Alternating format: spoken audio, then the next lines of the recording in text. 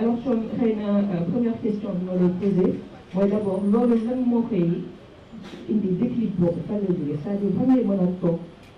wala fan lay mën a toll ba mën a xam ni yow lii mooy sa chemin de vie wala lii de sa chemin de vie exactement. jërëjëf il faudra que kenn ku ñu nekk si ñun mu d'abord gëm te xam ne ku spécial la ñun ñu fi toog yëpp kenn ku nekk si ñun yàlla dafa nekk mu jox la loo xam ne jox ko kenn si ñun d'abord nañ commencé ci foofu gannaaw bi nga nangoo ne yow tu es spécial il faut nga xam ne yàlla jox na la loo xam ne ci yow rek la ko jox te boo amee pas seulement gëm-gëm bi mais le courage nga accepter ko nga boole ko ak liggéey mooy le travail mën nga étonner le monde parce que ñi étonner adduna bi yëpp tous ceux qui ont étonné le monde ils ont commencé par d'abord le why pourquoi ils sont là lu tax yàlla bind ma c'est-à-dire kenn ku nekk si ñun on doit se poser ces questions de what is my why su fekkee defaguloo ko tey boo ñibbee fi nga nekk nga wéet war nga commencer ngay xaatir ci loolu lu tax yàlla bind la parce que pour man je pense que c'est pas anodin wala par exemple nii rek par hasard ñu am yàlla defal ñu ñaari bés ci digg bés bi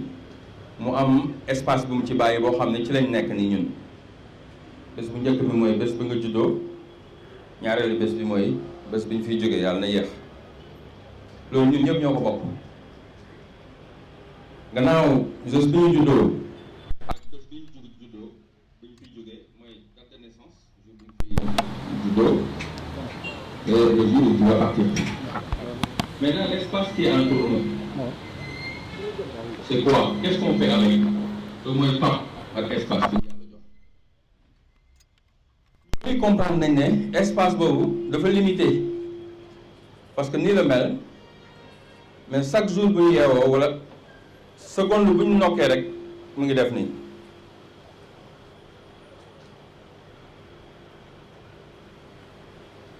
every moment every second every breath you make every breath you make you come close to death every day loolu ñi ko xam seen nelaw du bari seen wax du bari seen coow du bari danañ wétal yàlla mais danañ liggéey ba mel ni tey lañuy dee loolu moo tax mag ñi nga xam ñooy suñu référence ñun parce que dëkk bu nekk dafa am lu ko tabax Amérique ma nekkoon 18 ans dafa am lu ko tabax Quraysh nekkoon fa les pères fondateurs ñoo ko tabax ñun fii suñu mag ñu baax ñi nga xam ne ñooy suñu référence ñoo ko tabax te bu ñu bëggee xam fi ñu jëm c'est très simple nañ jàng ñoom ni ñu doon dundee ñu topp ci tànk yooyu ñoom comprendre nañu li ma doon wax ci loolu moo tax ñu bari ci ñoom loolu ñoom ñëpp ñaar yi ci lañ nekkoon muy liggéey ak jaamu yàlla ak liggéey ñu bari ci ñoom ci tool yi lañ nekkoon di bay ak jàkk ceeg jumaa ji di jàngal xale jaamu yàlla di jàngal xale yi donc ñooñu trouvé nañ seen mission de vie loolu moo tax nit di jóge fii dem Touba pour ziare ji sëriñ bu mag loolu tax nit jël avion wàcc Sénégal dem Kaolack pour ziare ji Cheikh Ibrahima Niass loolu moo tax leader yu mag yi ngeen di dégg yëpp parce qu'ils ont trouvé leur mission de vie doyul nga trouvé ko mais da nga ci war a nekk every single day ci loolu nga war a nekk loolu nag pour nga trouver ko pour répondre à ta question pour man d'abord je donne mon exemple maa ngi wax ak les jeunes du lycée Blaise Diagne barki démb ba ma fa gëjee bi may nekk lycée foofu laa njëkk a jëlee microphone di wax ci public en tant que président of suñu English club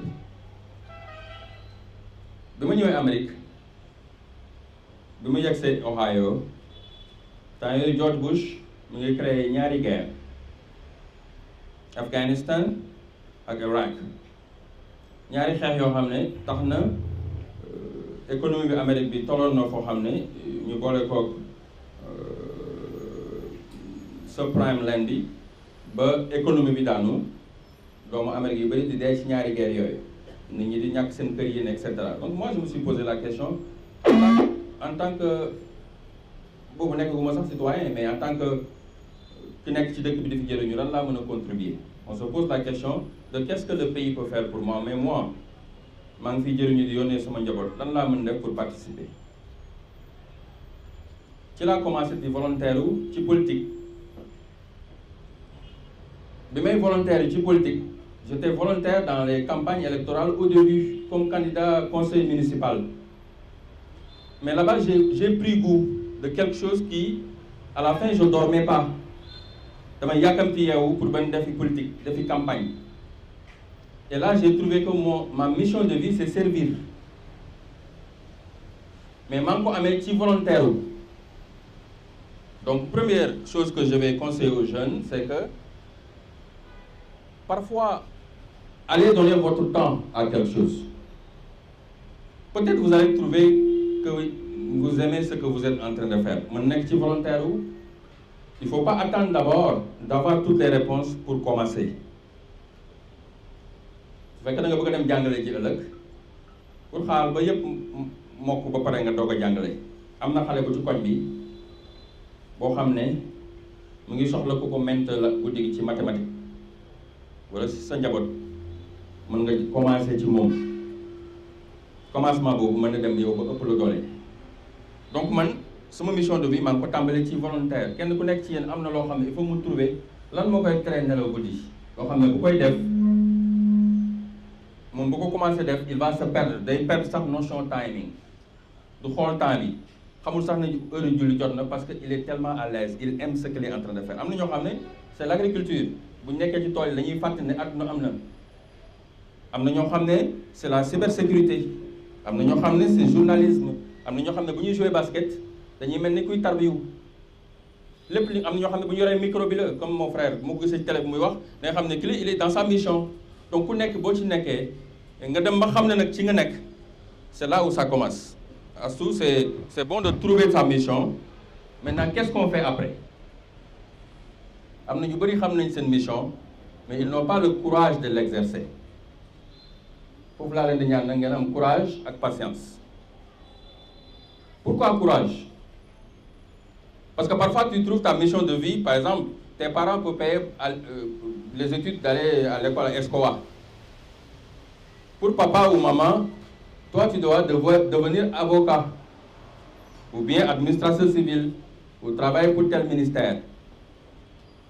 mais toi tu aimes l'agriculture ou bien tu aimes la culture comme peintre maintenant pour satisfaire les parents tu finis les études mais ton cœur il y a quelque chose qui te bat pour combler l'espace bi ma doon wax au début il faut là avoir le courage de prendre ton avenir en main je vous conseille pas de désobéir les enfants les parents mais il faut suivre vos rêves parfois c'est un ami à côté qui va te dire ah ça c'est pas pour toi wala pour def agriculture il faut assez d'argent il faut assez d'is il faut te dire tout ce que tu dois faire wala les obstacles pour te décourager donc d'abord première chose c'est trouver mais avoir le courage de suivre vos rêves bi ci topp ci courage bi mooy gannaaw liggéey mooy patience il faut ñu xam ñu ndaw ñi aussi que dara xel sotti garab mango bi pour mu toll fii bu ñu doon war ku ko jëmbat tey mën naa am duñ ko gis mais mi ngi jox ñële ker mais ça a pris du temps ñun ñi ñëpp temps moo tax ñu toll fii parce que bi ñu juddoo kenn suñu toll toll nii yàlla ma ñuy tegtal foofu que lépp lu mu tabax mu baax ci temps ak espace la ko tabax mais ndaw dafay ànd ak yàkkamti te yàkkamti am na fu mu baax mais nañ ci yokk toujours aussi bu ñu trouver la mission de vie ñu boole ko ak patience ma tëjee ci question boobu pour ñu dellu ci deuxième question bi tàmbali naa fi ma ne wax ne volontaire laa tàmbali woon Ohio 2 ans après 3 ans après, je me suis fait un nom à Cleveland, qui était le jeune Africain qui est très bon en campagne électorale. Ba ñu sénatrice Shirley Smith mën na ñëw ne ma léegi man dama bëgg a nekk candidat mais dama bëgg nga jàppale ma ma ne ko xaaral ma ñëw may ma 2 jours je reviens ma dem créer entreprise sama première entreprise Thione Niang Group ne ko léegi nag may fay avant dañ ma doon def free mais maintenant il faut payer sama première entreprise mu fay ma diriger campagne bi mu gagné le maire de Cleveland wàcc na léegi il y a 4 ans Frank Jackson nekk campagne aussi me paye et je dirige section de la jeunesse deputy campaign manager. On gagne cette campagne et dans cette campagne manager je rencontre un jeune noir américain qui rêvait être président, qui je deviens membre de sa directoire de campagne. Ensemble on a créé l'histoire aux États-Unis d'un jeune qui est venu de Kaolack, fait élire avec les jeunes américains le premier noir américain des États-Unis, qui a commencé par merci. Et ça a commencé par volontaire. boobu maa ngi jëmbat mais xaw ma lu may récolté man bi may jëmbat di volontaire c'est en 2003 2004 boobu Obama xalaatul nekk candidat encore présidentiel 2006 ma rencontré ko 2007 on va à Washington ma takk sama bagage ñu toxu Washington DC.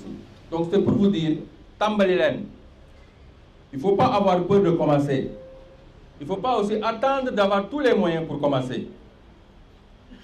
Parce que boo xaaree moyens pour commencer parfois mën na yéex. Encore, il faut être pressé avec le temps parce que every day, every moment, every breath, you lose time. And when you lose time, you lose life. A day is going to come where it's going to crack and it's the end of the world. yaakaar naa foofu noppi bi yëpp mooy ñëpp comprendre nañ li ma bëgg a wax foofu. Yeah? So let's go to work every day, every moment, step by step. Mais bu leen mës a nelaw, bu leen mës a yeewu, perdre toute une journée te liggéeyul li tax yàlla indi la ci saw suuf si. Kenn ku nekk ci yéen mu may wax ak yow nii maa ngi lay sentir parce que xam naa ne yàlla jox na loo xam ne mu ngi lay laal ka tey boo fi jógee da nga loolu da nga ko poussé waat pour mu ko dem. Parce que moment bi ngay nekk ci TikTok bi Facebook bi di retaan di perdre le temps. Rappelle-toi que Thione Niang avait dit que the time is clicking every moment, second moment, boom. loolu moo tax tubaab yi di yàkkamti di dem ci jaww ji di def ay internet AI artificial intelligence ñun dañoo mel nañu am temps da nga ciy gis yéen du leen dal parfois nga nekk TikTok 4 heures 5 heures de temps doo ci mën a génn te seetaanoo dara lu am njëriñ kasongo yee yooyu ngay seetaan bu jeexee nga demaat ci beneen après 7 heures de temps yaa ngi koy perte ci sa life boo ko dajalee dans 10 ans dana def lu mat 2 ans nga perte ko et l'Afrique is at the crossroad right now. We have the fierce urgency of now. Urgence bi ñu nekk beneen jamono wala beneen dëkk wala beneen état waratu ko mën a am budul Afrique parce que tout reste à faire dans ce continent. Donc ñun waruñu am temps. Merci beaucoup pour cette question. Merci Thione, je pense que sujet bi dégagé nañ ko lu leer, c'est-à-dire on a essayé de comprendre. Lan mooy déjà comprendre sa mission de vie, c'est très important fi nga commencé mooy le fait que nga war a taxaw poser une question lan moo ma ci le pourquoi c'est très important. Je pense que déclic yu bëri foofu lay jógee mais duñ ko yem parce que comme da nga ne mission de vie il va falloir que ñu bañ a exclure dara tey bu ñu nee Thione ñu ngi dégg Thione ci tool dégg ko ci biirum cybersécurité avec bien sûr la Digital Academy. Il y a également l'action pour les femmes pour le Women Center, il y a l'investissement en Guinée, il y a le Givon Project que tout le monde connaît. Il y a également 9 livres écrits par Thione Niang, 2 films réalisés et vous également vous êtes conférencier. loolu yëpp est-ce que yow loolu ngay digal jeunes yi tey ñu fi toog mooy que ni dugg leen ci lépp en même temps est-ce que c'est-à-dire déjà comment est-ce possible parce que déjà yaa ngi fi toog di woon ñun mais on a l'impression que dafa mel ni amul neuf yooyu ma cité xaw ma neuf dafa xaw ma sept en tout cas li ma cité yooyu yëpp on a l'impression que tey gàddu woo ko parce que on voit un Thione qui est là et qui est face à des jeunes peut-être voilà ci beneen domaine tey naka la jeune yooyu toog nii nga mën leen wax ne leen mën ngeen nekk ci yu bëri activités yu bëri en même temps mais tout en sachant et gardant à l'esprit qu'il vous faut un seul chemin de vie. merci beaucoup question boobu dama koy jot toujours ci dëkk tubaab yi que bu tax may def lu bari yi may def ci agriculture bi ci cybersécurité sur le centre des femmes. On a ici des femmes qu'on a formées. On a madame, notre sœur, Maman Africa, qui a formé ces femmes de partout dans le continent, dans ce pays où j'ai rencontré au Maroc. On a des femmes leaders, entrepreneurs d'Ingoné, de Sonogo, que vous connaissez, notre madame le maire de Sédhiou, etc. On a des jeunes ici que j'ai donné des bourses. Alhamdulillah, ils ont tous aujourd'hui des grands cadres du pays. Quand je les vois aussi, ça me donne beaucoup d'énédits, des jeunes entrepreneurs. On a des entrepreneurs aussi comme Alassane, comme Bamba est là. Vous tous, vous êtes là, les Bamba, les Mayoro, et notre frère de Diourbel, Idrissa, etc. Quand je vois, ça me donne des frissons. Parce que le milieu doit voir toujours moi, j'ai rien fait de spécial. ñi fi tekk ci kaw suuf dëkk bi yëpp amul dara luñ def lu spécial ci àdduna bi loolu gëm seen bopp ne leen yàlla jox ñu activé ko pour ay mentors yoo xam ne mën na leen teg ci yoon daf ñu ñëpp am na ku ñu teg ci yoon ba ko ñu commencé def nii nag ñi ñëpp loolu lañ def ba boole ko ak patience te bañ nit wax la ne li ngay def dafa ëpp wala dafa bari. Les gens pensent que je suis pressé et oui, je suis un peu pressé mais je suis aussi patient parce que le travail que vous voyez aujourd'hui, ça a pris 28 ans presque 29 ans de travail. Am na si ñoo xam ne tey amaguñ 29 ans mais beaucoup de jeunes ils veulent aujourd'hui semer et récolter aujourd'hui. C'est pas possible. Je suis aujourd'hui dans une position de pouvoir faire beaucoup de choses en même temps. Mais c'est pas comme ça que j'ai commencé. J'avais commencé d'abord à nettoyer les tables. D'abord, avant ça, ici en tant qu'apprenti maçon, right here, à côté du centre des arts, bi nekk ci votre ESAT bi nekk fii Grand Yoff, centre des arts boobu ñun ñoo ko tabax man ci ñu ko tabax ci laa bokk. Comme apprenti maçon ñu ñuy fay 800 francs par jour. Xam nga loolu carrière mi ngi tàmbali nga dem États-Unis di nettoyer ay table dem jàngi jóge ci loolu dem nekk ci politique et cetera liggéeyal le maire de Cleveland jóge foofu après dem Washington au congrès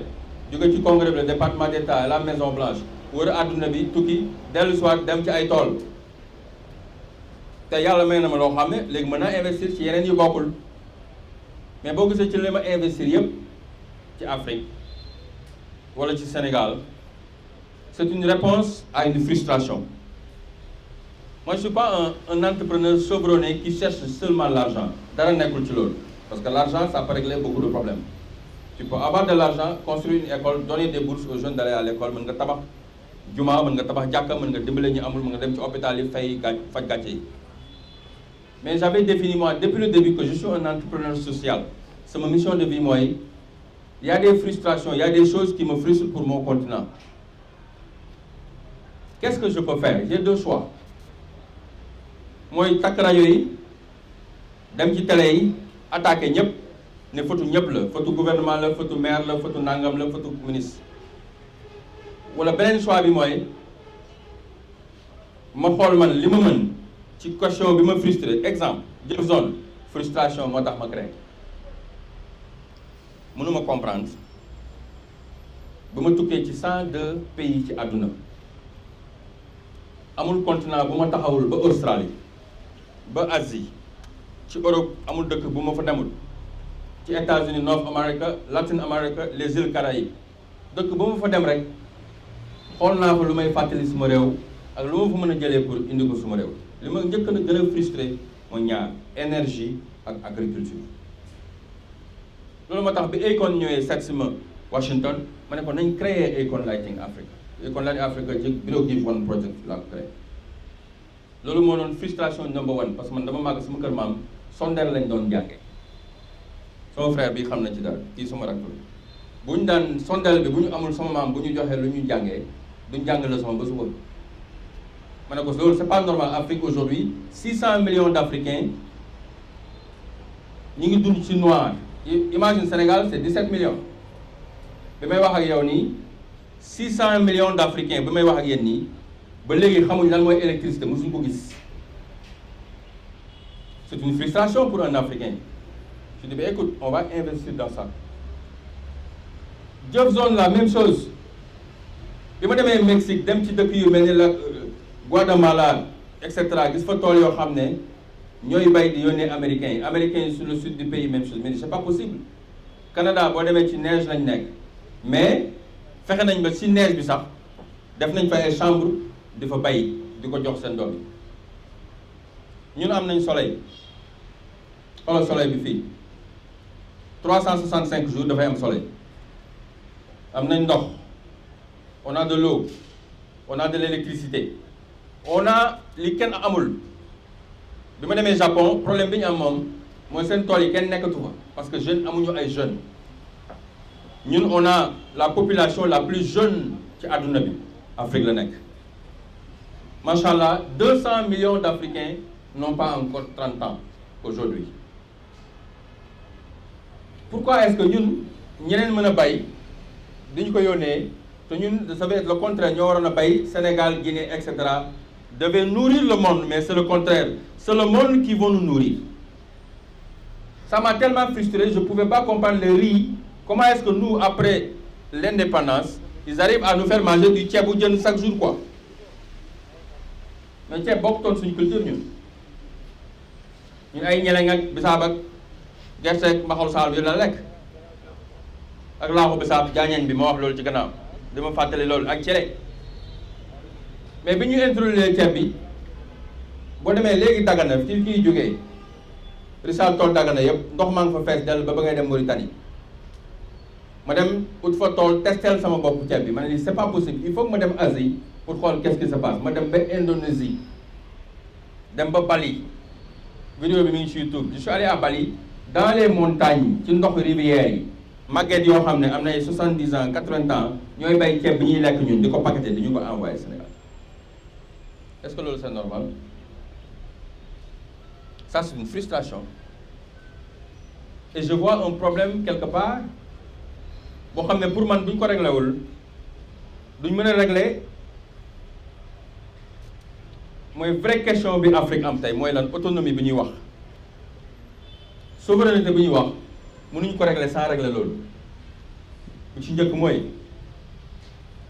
fekk fexewu ñu àll bi ak tool yi ak village yi nekk Eldorado d'accord lu ñu mën a def dañuy yaakaar ci tubaab bi pour mu dimbale ñu ndax problème yi am fii yëpp ci loolu la jóge exode rural bi moo indi problème yi am moo tax urbanisme bi baaxul ku neex nit fu la neex tabax parce que nit ñi dem nañ ba ëpp lu ñu ko lu Dakar mën a utiliser ndox mënutul am fii day coupé fii di tàkk parce que nit ñi dañu bari jóge nañ ci tool yi ñoom ñëpp ñëw fii pour mën a suturaal seen waajur yi ñu ngi jaay ci mbedd yi bàyyi tool yi bàyyi espace bi agression bi dafay am inondation day am parce que the urban development bi mbedd yi ni ñu ko war a defaree defaruñ ko parce qu'il y a trop de monde. Comment on doit régler ce problème? Mooy il faut que ñu fexe que l'agriculture ñu rendre ko attractif loolu moo ma dugal ci mbay frustration la te loolu alhamdulilah réussir nañ ci lu bari maa ngi sant yàlla bu baax a baax. Aujourd'hui l'agriculture est devenue sexy au Sénégal d'accord ngeen ci loolu wala déet? It's sexy. L'agriculture est devenue sexy parce que y a 10 ans 15 ans boo waxee booy yi bay da lay retaan mais tey booy yëpp daal ñu ngi demaat ci tool yi. te loolu du ñun kese ñu ci bëri am nañu rôle bu ñu ci joué mais Jobzone joué na ci rôle bu capital on a formé plus de 10 000 jeunes ci 49 nationalités yi ñëw Sénégal jàng ci mbay ba tey ñu ngi koy def ci yeneen dëkk yi. donc réponse yooyu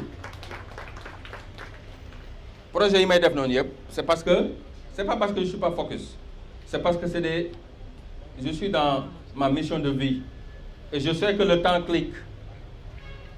Et puisque j'ai les moyens pour le faire, je dois me précipiter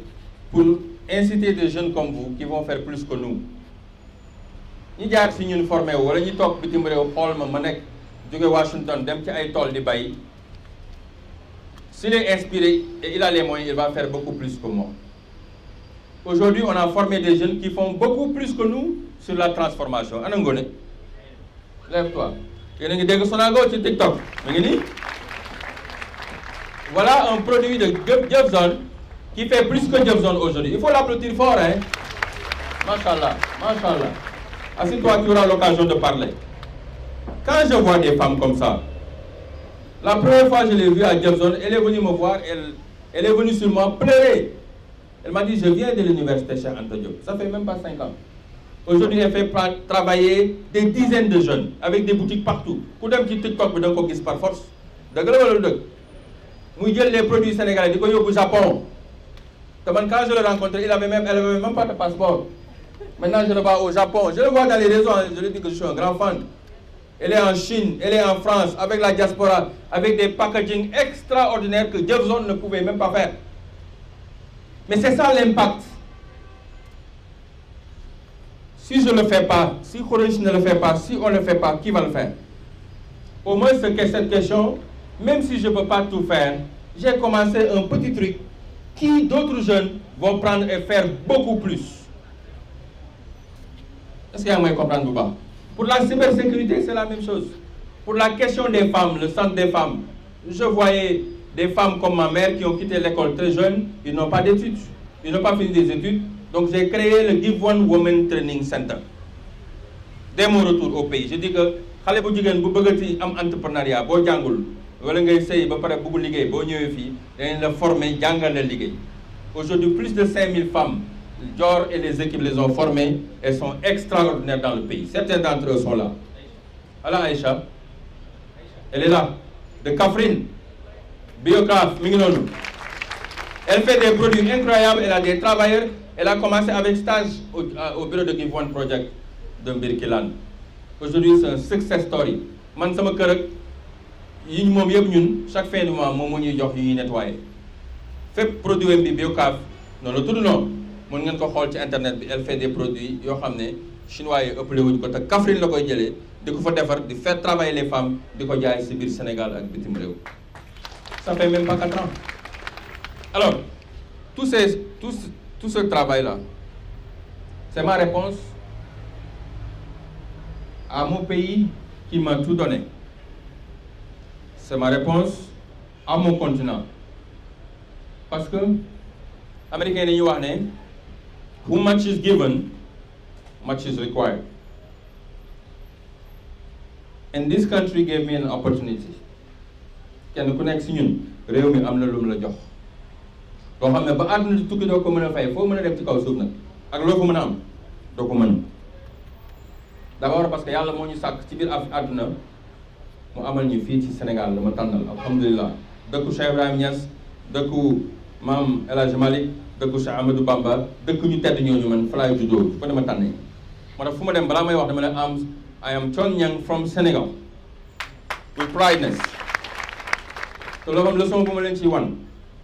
parce que am na ñu bëri ñu nekk fii tey fii ak at wala ñaari at dana leen fekk bitim réew ba yàlla mën na ko def c'est normal mais bu leen mës a fàtte fu ngeen jóge réew mi lu mu ñu defal kenn ku nekk si ñun mooy gannaaw bañ juddoo moo ñu fayal ñu jàng même bu la sa parents yi fayal ñu jàng réew mi moo la fayal sécurité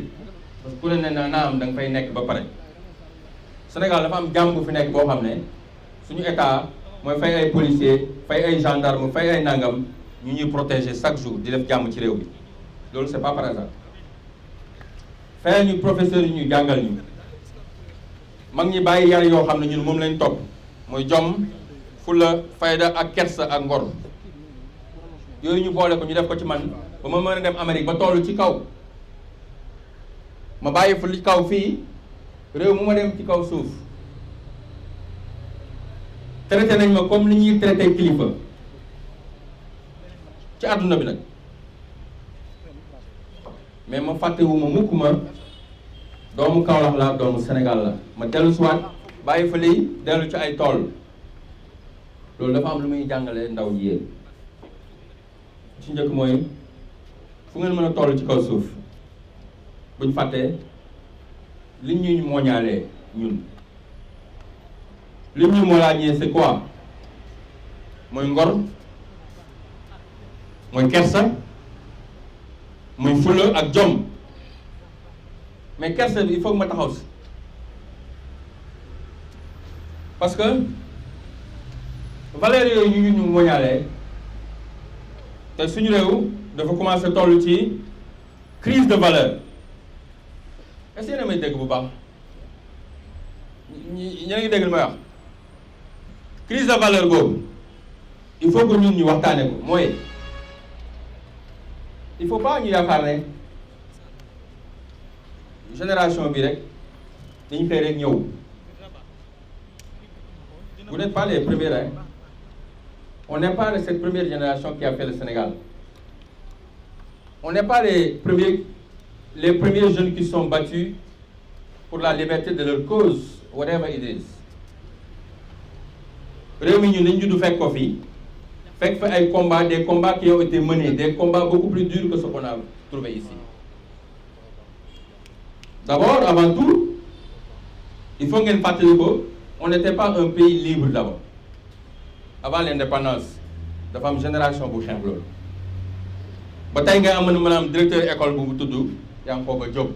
le professeur bu tudd monsieur Ndiaye avant tubaab yi nga doon gis ci école yi ñooy jàngale boo juddoo Rufisque fi Alassane juddoo wala nga juddoo Kaolack ñoom wala nga juddoo Saint-Louis wala nga juddoo Dakar boobu ay citoyen lañ lay def wala Gorée mooy 4 variétés yooyu boo juddoo Dakar Kaolack comme ñun Mbirkilaan Touba et cetera autochtone lañ lay wax amoo kayit bokkoo ci réew mi yow fi nga juddoo mais tu es là quoi tu existes quand on a besoin de toi on t'appelle pour le travail mais tu n'existes pas loolu le Sénégal avant hein mais lu tax ñu juddu tey nekk ay citoyens sénégalais et fiers c'est parce que am ñu ko liggéey dafa am ñu ci ñàkk seen bakkan dafa am ñu ko sacrifice ba fa balaa ñu judd mais ñooñu bu ñuy def dafa am lu ñu bàyyee te loolu bëgg naa ñun aussi ñu koy gëstu te bañ ko perte parce que xool mag mu mat la bàyyi wala mu mat la yaay parce que juste am nga internet réseau nga xool ko saaga ko ndey ba pare def fay sa téléphone loolu ñu bokkul suñu aada loo mën a ñàkk a Dakar ak kooku loolu yow loolu bokkoo ci li Sénégal tabax est-ce que yéen a may suivre bu baax c'est-à-dire il faut que loolu ñu waxtaane ko c'est-à-dire que seen génération action yi ngeen di poser comme ñun nu ñu hérité we inherited the actions from our founding fathers mais yéen tamit seen génération dafa am ñu ko war a hérité héritage la pour ñu war a ñëw mango gee doom yee ngeen gis na le benn doom moo jur li lépp mango gi ci gannaaw nii benn doom la mais doom bi pour mu mën a ñëw roots bi ngeen li téye garab gi li ko téye mu ngi ci suuf du ci kaw moom la ñuy wax racine ci tubaab reen ci wolof reen yi ko téye mënu ko gis te pourtant xob yi ëpp ñu ko de li nekk ci kaw mu nekk ci suuf mais pour lu nekk ci kaw taxaw il fallait li nekk ci dem ba dëgër mu doog a génn pour ñu mën ko récolter il fallait lee ñu arroser ko ba mu yàgg mu mën a taxaw ñun ay mango lañ ci Sénégal dafa am lu ñu téye li ñu téye mooy reen yi fi mag ñi bàyyi combat yi ñu mënee mais nous on doit se poser la question ban combat la ñu war a mënee maintenant mener un combat ça veut pas dire insulter l'autre mener un combat ça veut pas dire que d'accord ma ak yow damay wàññi sa sutura ça c'est pas mener un combat ça veut pas dire que damay xëy soo ba ngoon di yàq deru nit di toroxal nit loolu bokkul ci lu ñu moo ñaale ñun parce que mag ñi dañoo amoon lu ñuy wax sutura da nga daan dëkkandoo ko sax doo xool sa kër ga ndax yaa ngi bëgg sutura te loolu yàlla moo ñu ko war a njëkk a dëggal te ma sœur il fallait ma taxaw foofu parce que daf ma interpeller si suñu dëkk tey fu mu toll doo ba kenn ku nekk ci nekk fii ci yéen bés bu téyetee téléphone am ba bëgg a bind dara ci nit wala bëgg a wax dara ci nit bu rafetul na xalaataat ne mi ngi semé graine boo xam ne moo war a màgg ëllëg te bokk ci li nourrir génération bi war a ñëw te lépp lu ngeen bind ci internet bi du fa jóge lépp lu ngeen wax ci internet bi du fa jóge même boo ko effacé mi ngi ci internet te kenn ku nekk suñu war na sóoraale bés bii ëllëg boo ñëwee ba toll fii nga am 70 ans nga am sët ak sëtaat mu dem ci YouTube bi ñëw wan la ah papa yaroon saaga ndey nii parce que boo tollee ci 70 ans 50 ans jëm 70 ans ya ngay yar say doom ak say sët mais yow su fekkee sa trace yi nga fi bàyyi woon ndax émotion poussé na la ba nga saaga bala wax lu ñaaw ëllëg yow doo mën a yar ñi nga bàyyi gannaaw ça veut dire que ñu topp ci yow rek yow ci ñuy yàq dëkk bi ci nga bokk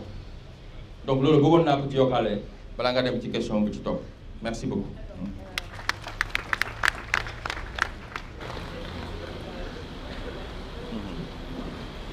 xam nga bu ñu nee parcours wala chemin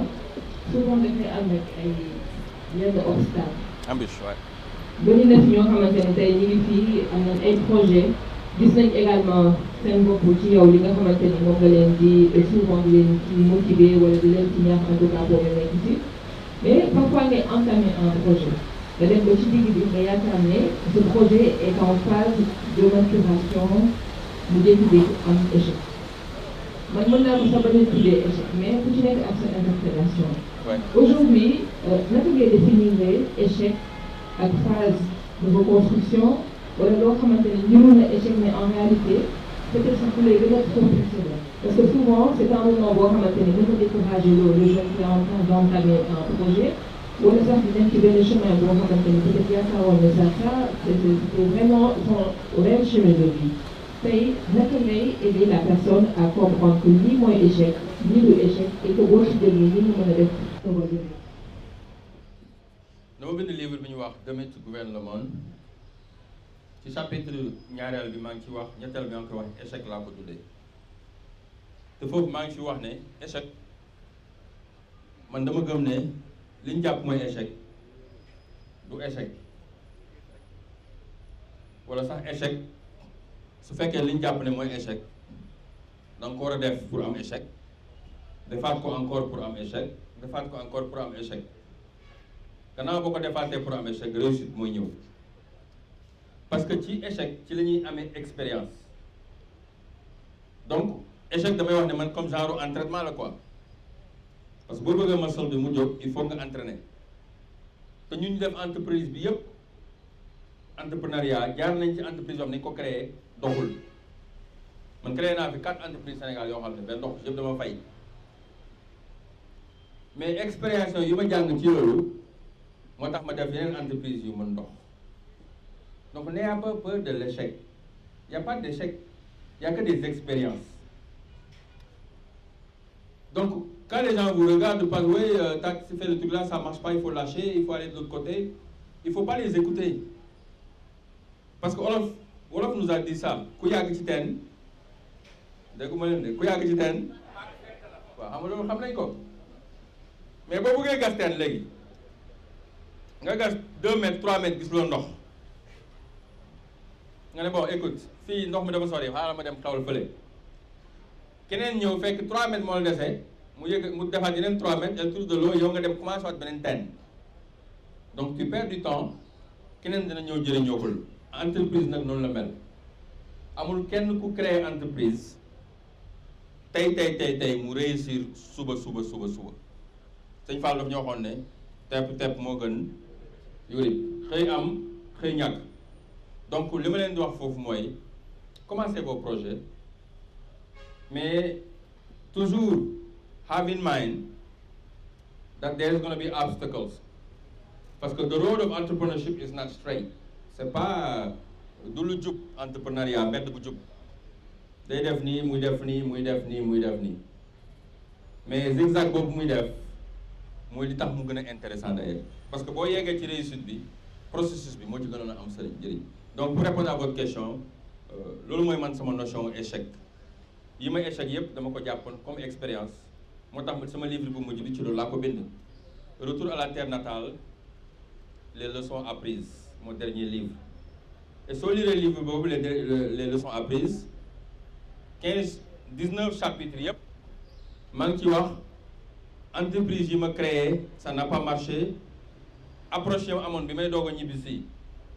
pourquoi ça n'a pas marché tey li ma ci xam jàngale ko pour ñeneen mën ko jëriñoo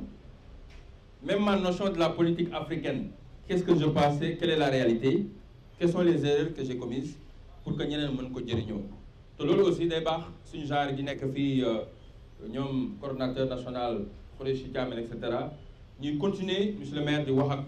ndaw ñi parce que suñu expérience yi bu ñu ko partagé ak ñoom ak yenn entrepreneurs yi ngeen di ko partagé dana tax ñi nekk ci gannaaw dañ mën a am yenn leçons yi pour mën a bañ a def même erreur comme ñoom merci. Merci beaucoup, voilà, c'est bon. Alors, je pense que le public bi ci kanam tuuti dinañ jox quelques intervenants pour ñi nga xamante ni am nañ question pour Thione. Mais avant boobu Thione, comme toujours bu ñu rester ci thème bi, on a dit trouver sa mission, son chemin de vie et agir. Mais comment agir? Tout à l'heure, c'est vrai, xaw nga ko naan tuuti mooy essayer de voilà remonter un peu yenn li nga xam ne moom lañ ci am comme culture moom lañ ci am comme valeur c'est bien mais tey boo nee passer à l'action un jeune qui est là qui a déjà trouvé son chemin de vie xam na ni moom peut-être lii nii il s'y retrouve mais comment agir parfois c'est là-bas où se trouve vraiment le véritable problème mën nga di agir foo xamante ni l'environnement n'est pas propice mën nga di agir foo xamante ni la culture ou la tradition n'est pas du tout convenable ak yow say culture et say traditions. Il y a également l'autre aspect qui est bien sûr la motivation. On l'entend. Voilà, la motivation entre autres. Donc tey naka la ñu mën a agir tout en ayant des obstacles autour de nous et des obstacles je dirais même majeurs. Parce qu'il en existe quand même pour être très réaliste dans la démarche. Non, agir bi wax naa ci sànq au début je parlais de ça au début il faut pas attendre le moment parfait pour commencer il faut pas attendre d'avoir l'argent à la banque pour ouvrir une entreprise il faut pas aussi attendre d'avoir le contrat de prestation whatever you want to do pour commencer son entreprise su fekkee da nga bëgg a ubbi salon laite je donne un exemple yow sa rêve mooy am ay salon de coiffure mais t'as pas besoin d'avoir un salon de coiffure pour commencer kër ga leer na ma ne am na ñaari nit ñoo xam ne chaque semaine wala 2 semaines wala 1 mois dañuy lettu mën nga commencer sa kër si ñi nga xam boo ko defee chaque mois ñi nga dajale say copine say xarit et cetera léegi tey nga am ay clients te aujourd'hui c'est plus facile parce que boutique sax jaaratul ubbi parce que boo demee léegi sa téléphone am internet léegi mën nga ubbi comme ngoone nga dem TikTok balaa muy ubbi ay boutique am TikTok la njëkkee tàmbalee te ce qui est incroyable mooy avec TikTok tu as le marché international adduna bi yëpp lay seetaan koñ ba boo fa ubbee boutique waa koñ bi rek ñoo lay gis ak ñiy dox ci mbedd koñ bi mais vous êtes la génération la plus outillée du connectée du monde entier de toutes les générations cette génération mooy génération bi gën a outillé wu nous notre génération je me rappelle ici à Dakar quand je devais écrire les universités américaines pour chercher le I-20 mais su ma leen ko waxee yéen seen génération vous pouvez même pas l'imaginer nous on n'avait pas eu Google pour aller sur Google taper ou bien ChatGPT ou AI ou bien Claude pour dire écoute je veux la liste de toutes les universités américaines et leur adresse xam nga ñun lañ leen ko doon utee comment on cherchait ça moi j'ai quitté la Médina pour aller au centre culturel français de Dakar je rentre gis libraire bi ne ko libraire bi dama bëgg nga jàppale ma wan ma ban encyclopédie moo fi nekk bu am des universités américaines nga dem ci encyclopédie bi ñu wax bon ici États-Unis nga jël livre par livre di xool ndax da nga fa gis lu niroog adresse livre par livre tu cherches tu fais des recherches parfois ça te prend 2 semaines 3 semaines tu n'as aucune adresse noonu laay def lu mat presque ay weer ba am ay adresse nga bind leen lettre maintenant tu écris une lettre J'écris une lettre à l'université de Ohio. Après, je vais d'un poste de Médina. Tu achètes timbre, tu déposes. Poste Médina. Maintenant, c'est instantané. Tu vas Instagram, WhatsApp, je ne sais pas quoi. Tu envoies tout de suite, ils te répondent tout de suite. Mais il fallait aller à Médina, déposer. Comment ça n'a pas de bon, quand tu envoies à janvier, il faut commencer à prier que ça arrive au mois de juillet. Non, non, non, sérieux. Une lettre, parfois, pour avoir une réponse, ça te prenait une année. Mais c'est vrai. Dans les États-Unis, nous avons traité Bindat. Au Sénégal, on n'a pas des adresses. Moi, j'habitais à Médina. L'adresse, c'est quoi? Notre maison, il n'y a pas d'adresse. Qu'est-ce que j'ai fait? Bon, à la Médina, rue 31, angle 18, à côté de boutique Moussafa Diallo. Tu mets et tu envoies. Le gars qui amène les courriers, il peut ne pas être en forme, il dit, mais à côté de Moussafa Diallo, je ne vois pas ça. Bon, je rentre, je dépose ça encore au post-office. Maintenant, parfois, ça prend 6 mois, tu as la lettre. Je me rappelle, le premier jour où j'ai reçu la lettre de l'université, j'étais tellement content. Je viens de l'université Cheikh Anta Diop. Ma grand-mère me dit, am nga ben courrier bu ñëw fofu. Mandat lañ ko daan wax temps yooyu. Boo jotee mandat bi yow tu es c'est incroyable, c'est une lettre qui est venue des États-Unis pour l'université, ils m'ont accepté. Maintenant, tu dois encore maintenant mettre tous tes papiers de compte bancaire, etc., tout ça, pour encore renvoyer aux États-Unis. C'est pourquoi ça m'a pris 2 ans pour avoir le visa. D'accord? Maintenant, je disais ça pour vous dire que vous êtes la génération la plus outillée. Aujourd'hui, pour ouvrir un business, avant, il faut aller chercher de l'argent, louer une boutique, payer caution pour rentrer, acheter des bagages. L'Internet vous enlève tous ces problèmes.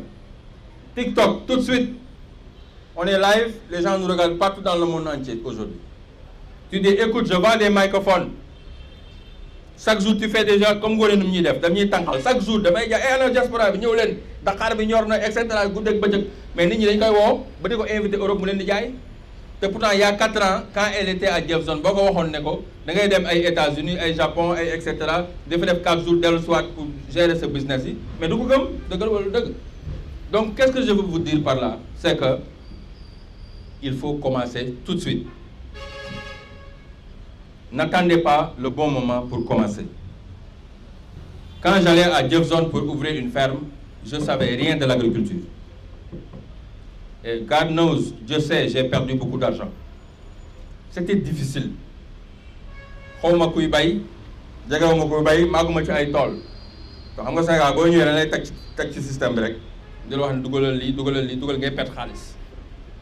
Mais aujourd'hui, j'ai appris de ces leçons. Donc, vous avez une idée, commencez. Petit.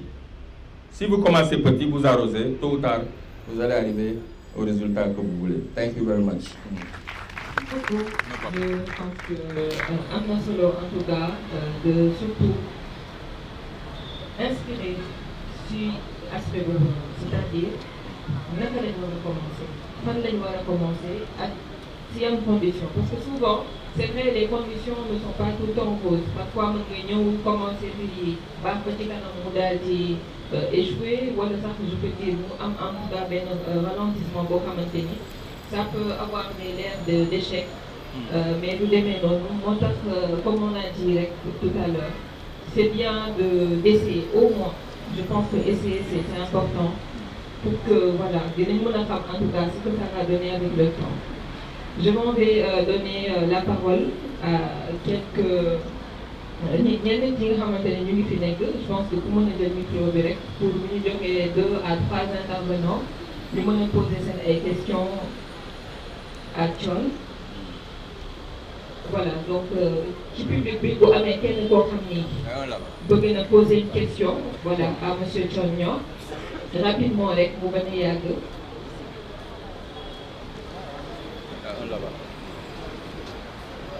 Si c'est une contribution aussi mu bañ a yàgg, voilà.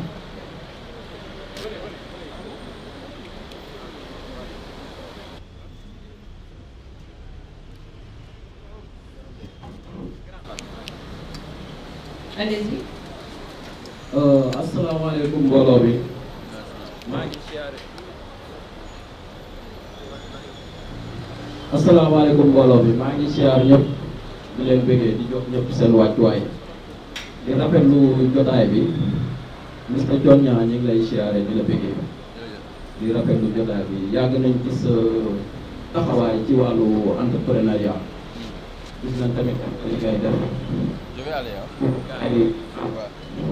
dama ñëw jegal si la tuuti toogaay bi dafa xaw a yàgg. waaw waaw. ok gis nañ tamit effort yi ngay def. Allez-y. merci. gis nañ tamit effort yi ngay def pour gars yi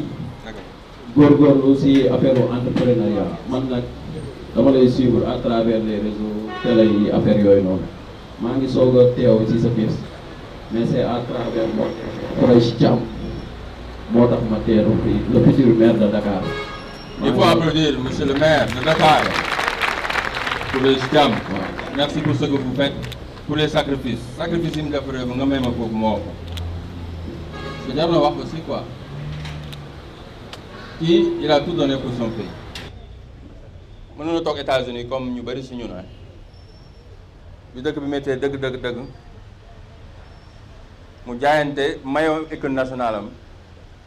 ak li mu nekkoon Amérique en tant que athlète jàng am ay diplôme am fi jàng di yem confort boobu mënoo ko wecci rek ak loo gëmul quoi moo tax respect bi ma am ci moom loolu moo tax mu bàyyi loolu ñëw jaayanteeg li fi nekkoon fekk leen ci combat boo xam ne moo woon ca devant ba parce que combat boobu ngeen nekkoon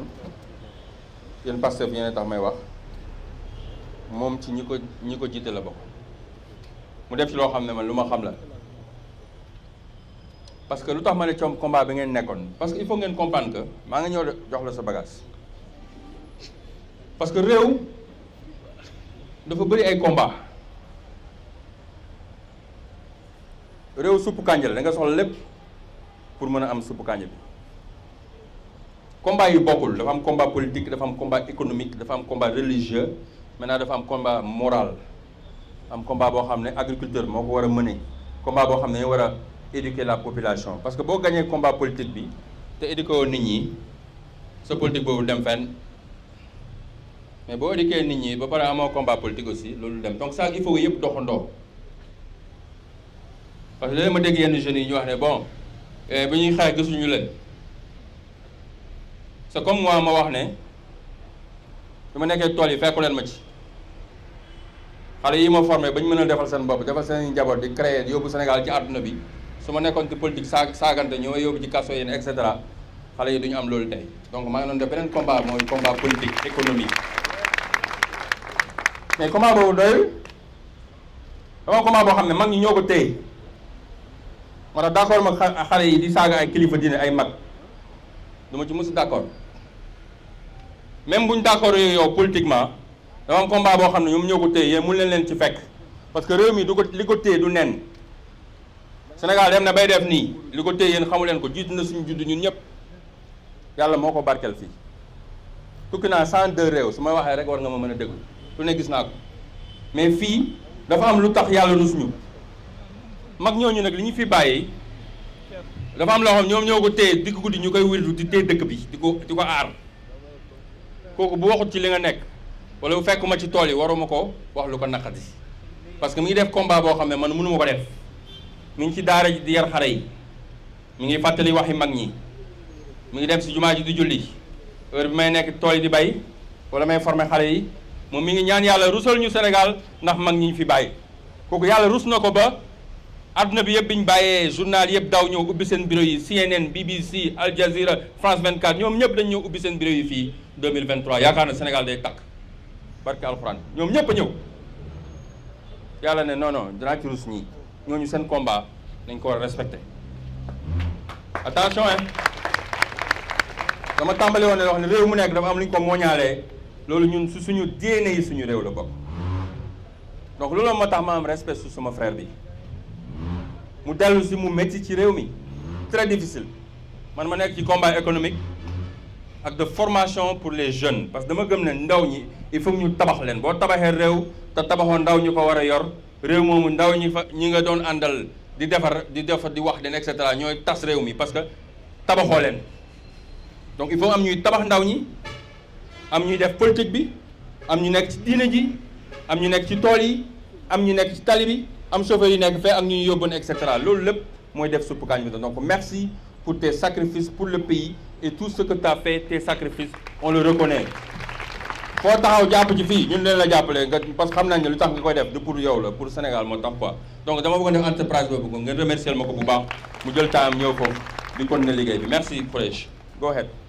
waaw maa ngi rafetlu sa témoignage bi nga def ci sama DG bu fekkee du ma jël tuuti temps rek benn témoignage bu ndaw ci li nga wax ñun on est des purs patriotes de souche mais moom dafa defaat ci ñun leneen mooy engagement. c'est quelqu'un boo xamante ni ku naqari àndal la moom mi ngi nii du ma ko raay ndax engagement bu xasee ba engagé wu ci dara kuy dem ba jeex rek moo ko mën a topp. te loolu tamit dañ ko soxla ci jeune ak ci lépp loo mënti nekk muy jàng muy liggéey ak lu mu mënti doon demal ci engagement à fond doo ci mës a am loola naqari ndam rek nga ciy am. kon sama rakk yi ma fi fekk tamit ndax fii xam naa ne étudiants yi ñoo fi fekk li ma leen di conseillé mooy nañu jàng ba téye seen ay lijaas ndax ñun ñii di wax ak yéen ñun jàng nañ ba am diplôme bu ñu téye. mais dañ ne xaaruñu wuti dara suñu paree dem eggalewaat suñu jàng mais bi ñu commencé mos tërëm ba léegi mënuñoo dem ndax jël nañu soxna njaboot commencé ñëw kër commencé jàpp loolu benn conseil la bu ndaw rek bu may joxaale jeunes yi képp kuy jàngal ba pare li ngay def kër yi metti na loolu situation familiale yi metti na vie sociale bi metti na mais pression sociale bi metti mais dara jàngalee ba téye seen ay lijaas nit ñi am nañ diplôme mais waroon nañu mën a weesu foofu mais dañ ne xaaral ñu wut dara suñu paree continuer mais mënatuñu continuer ndax leneen njëkk nañu sama DG Khoureyssi Thiam moo waral suñu teewaay à travers ce bés bi c'est quelqu'un de très engagé si lépp nag lu muy dugg c'est quelqu'un de très engagé et bien instruit borom xel. merci beaucoup. sama question bi xaaral ma jàll si léegi damay laaj ma ni yow ban xalaat nga am comment vous pensez développer ce pays dans l'industrialisation des entreprises parce que nous on travaille avec des Chinois et des Indiens et on voit que pour développer un pays il faut l'industrialiser te boobu ba léegi maa ngi dégg entrepreneuriat mais ban xalaat ngeen am pour industrialiser dëkk bi waaw loolu mooy sama question. belle question maa ngi jël merci beaucoup question bu am solo nga laajte parce que réew bàyyi ma tontu ba pare après ñu jox ko parce que réew pour ñu tabax ko pour mën a compétir Chine exemple la pour ñun ils ont compris très tôt que pour ñu compétir les Américains il fallait d'abord faire quoi ce qu'on est en train de faire c'est la formation ngoone li muy def industrialisation la c'est typiquement industrialisation maintenant moom fekk na produit yi ñu bay ba pare mu ne moom bay bi du problème bi mu am mooy nu ñuy def ba dugub bi ñu bay mu mën ko fondé def ko caakri def ko ngalax def ko et cetera bu ko defee transformation dem si uti ay machine créer une vingtaine trentaine cinquantaine de jeunes commencer industrialiser def packaging di ko yóbbu bitim réew di ko jox diaspora bi di ko jox ñi nekk ci dëkk bi kooku mi ngi ci industrie déjà maintenant comment on va faire pour que dëkk bi ñu mën ko industrialiser mooy il faut créer des champions comme Ngoné les Chinois ont compris ça damay répéter toujours que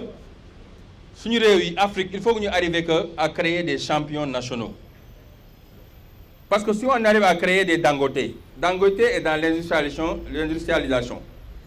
mais li def Dangote ñun ñëpp xam nañ ne Obasanjo moo ko teg loxo tey ñun am nañu ay xale yoo xam ne ñu ngi góorgóorlu ak entrepreneur yoo xam ne macha allah ci réew mi ñu ngi def lu am solo ci biir réew mi entreprise yu mag yi ak yu ndaw yi mais si on arrive à ce que suñu état yi teg leen loxo contrat locaux yi ñu jox leen ko ñun li ñuy sol ñu koy jëlee si ñoom comme ñun ñu ñëpp fi mu nekk li ñuy sol macha allah xale yi ñoo koy ñaw mais bu ñu jëloon tailleur bi mel ni ki def lii Bespoke ku mel ni Thierno ku mel ni sa boy yi lay ñawal nguur gi ne Ecoye ñii nañ fexe ka lépp lu état bi ci solati ñoom ñoo koy ñaw ba pare ñu fësal ko ne ok li ma sol diw moo ko ñaw bu président waxee loolu wala premier ministre wax loolu wala ministre bi wax loolu rek jeex na ñëpp dañuy dem jënd ci kooku ñu ne ok tenue militaire yi nga xam ne ñu ngi dem di ko jox tubaab yi ñu koy ñawal suñu booy yi nekk fi ñoo jàq ñëw tubaab yi nañ jox contrat yi booy yi ñu ñaw ko boobu rek mën na nekk ñaata contrat ci xaalis ci réew mi tenue yi nit ñi di jàngeen et cetera. Et c'est la même chose dans tous les domaines. Dama jël exemple yu mel noonu rek quoi c'est-à-dire que il faut qu'on arrive à créer des champions dans nos pays te maa ngi ci sant yàlla parce que récemment le président de la République a créé le projet Sunu Champion te loolu man dama ci am mbégte bu rëy loolu nañ ko tàccu parce que c'est un grand truc pour le pays. Maintenant il faut qu'on arrive qu'en Afrique dëkk bu ñu dem ñu créer fa ay champions jox leen doole parce que boo ko deful le Chinois qui arrive ici qui crée des industries fait travailler les Sénégalais mais xaalis boobu ça rentre en Chine mooy tabax seen écoles yi mooy tabax seen mbedd yi mooy tabax seen hôpitaux yi mooy fayal seen doom yi ñu jàng ñu continuer du ñu contrôler donc autonomisation bi ñuy wax noonu ñun amuñu ko là on n'a pas autonomie lañ koy wax xaw ma c'est quoi encore suñu mot bi ñu souveraineté bi ñuy may dégg ñu koy wax mais loolu wax ku daan ci garab la nañu waxante dëgg quoi entre nous quoi Sénégal Afrique ñun tollooguñ ci affaire de souveraineté quoi mais yow ku defal bu puso loolu souverain nañ xool da waxante dëgg xala ma sum sama verre yi fii ñu lii sax keneen na ko defar xool leen ñun ñëpp li ñu sol fi yëpp ban lañ fi defar Sénégal fi matière première bi xool leen ko wax leen ma ba ci micro bi donnez-moi un exemple de tout ce qui est ici qu'est-ce qui a été créé au Sénégal ou en Afrique même ce wax là c'est pas créé ici non où est cette souveraineté là donc souveraineté dafa am lu ko jiitu li ko jiitu mooy nga war a tabax ndaw ñi ci xam-xam def ñi coréens yi def dañ ñëw bombarder seen dëkk bi yàq ko qu'est-ce qu'ils ont fait ils ont pris les enfants ñu jël leen dugal leen ci école yi ñu nekk ci recherche science and technology ba tey 30 ans après ñu mën a compétir les États-Unis sur la télécommunication chinois yi mën a compétir les États-Unis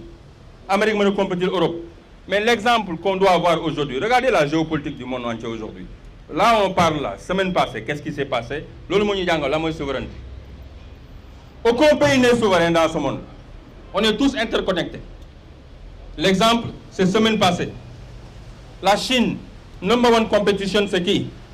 c'est États-Unis number one competition c'est qui c'est la Chine number one partenaire économique c'est pas l'Afrique c'est qui c'est les États-Unis boo demee Walmart kii fa la dëkkoon comme man lépp Amérique Chine lañ ko defaree parce que Chine moo def industrie gën ko yombal mais pourquoi Donald Trump jógee Amérique dem fekk compétition fi mu nekk pour dalal ko mu ñuy wax business ñu defal ko tapis rouge dëkkam ñële tamit defal ko tapis rouge dalal ko pourquoi loolu leçon la pour ñun yéen ñëpp mu ñëwoon ne bu ma d'accord tagoo yow jarul ma lay wax ne génneel sama dëkk jarul ma lay wax daxal jarul ma lay wax ne souverain laa soxlawuma kenn sama dëkk américains yi ñuy xuloog chinois yi mais dañ leen soxla parce que bu chinois yi tëjee seen usine Amérique tas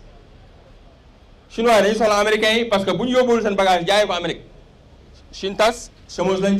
jëm après nit ñi taxaw ci mbedd mi taal dëkk bi donc ñun ñi nga xam ne tollooguñ sax fi chinois yi ak américains yi nekk dañu war a jàng leçon ci loolu Afrique leçon bi mooy quoi dañu war a naxanteeg àdduna bi ba am lu ñu bëgg ba pare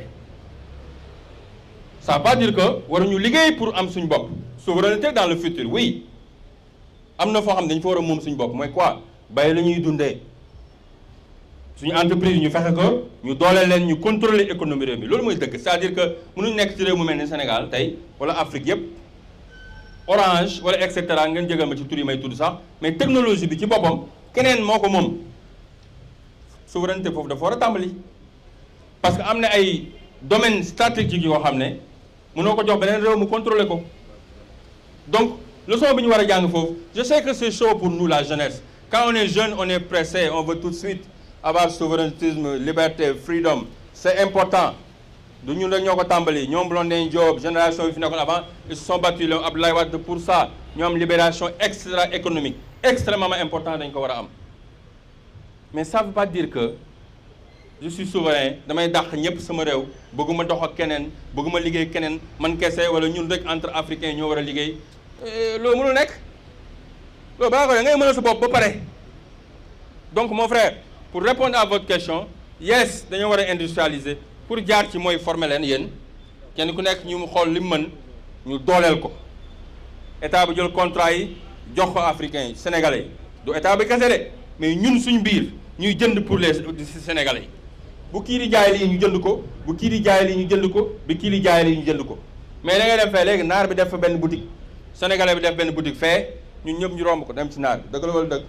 bu guddee ñu ngi ñu rang ci brioche dorée yi maire bi jaay caaf ak kii ñëpp romb nañu fa kenn dematu ci sandwich mais loolu aussi ñun dañ ci am ci part de responsabilité parce que bu ñu dimbalantewul ba yow boo bayee kenn jënd ko boo liggéey nga bàyyi bay bi da ngay bay ba pare am sa légume et cetera sa waa kër gi sax bu ñuy jënd kaane marché leen am jëndi ko bàyyi sa bay te bu ñu amee soxla yaa koy faj donc du état bi kese ñun si boppam duñ dimbalante sama morom mi ngi ci kër gi mi ngi jaay ay yére nga bàyyi ko dem jëndi keneen mais bu fekkee ñun ñëpp dañ def économie circulaire bi may def ak xale yi fii kii buy jaay dara ñëpp dañ ko war a jënd kii buy jaay dara ñëpp dañ ko war a jënd kii buy jaay dara ñëpp dañ ko war a jënd bu ko def bu kooku doolelee noonu la juif yi di amee doole ñun nag suñu séparation mooy loolu képp ku nekk da ngay bëgg a defal sa bopp kenn bëggul dimbale kenn ñu def yëpp wér ko état état mënul def lépp ñun ñooy état ñun ñoo war a commencer donner l'exemple état bi mën ñu fekk ci loolu merci beaucoup. Question Yes. pertinente, Merci. encore plus pertinente. Je pense que une dernière intervention, une dernière question. Ah, il faut 2 ou 3 hein. Da ngeen yaakamti wala lan da ngeen yaakamti man yaakamti ma de collège da ngaa war a wasifa ji La question est gaaw, kon d'autres questions yi ñu war a- waaw kon nañ ko gaawal rek yeneen 3 questions wala 4 rapidement. waaw ñu mën a tontu rapidement. ana ko yore voilà bismillah dañuy jël jigéen fii góor fii jigéen fii góor fii ok Nga présenté équilibre. soxna si. Merci beaucoup. Bonsoir tout le monde. Je suis Seynabou Sène. Je suis étudiante en master 2 au département d'Haïti, ici à l'université Montaigne. Je suis très honorée d'assister à votre conférence, M. John. Merci beaucoup. Alors, ma question est la suivante. Quand on est jeune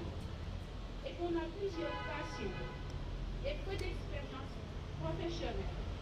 comment peut-on identifier sa véritable mission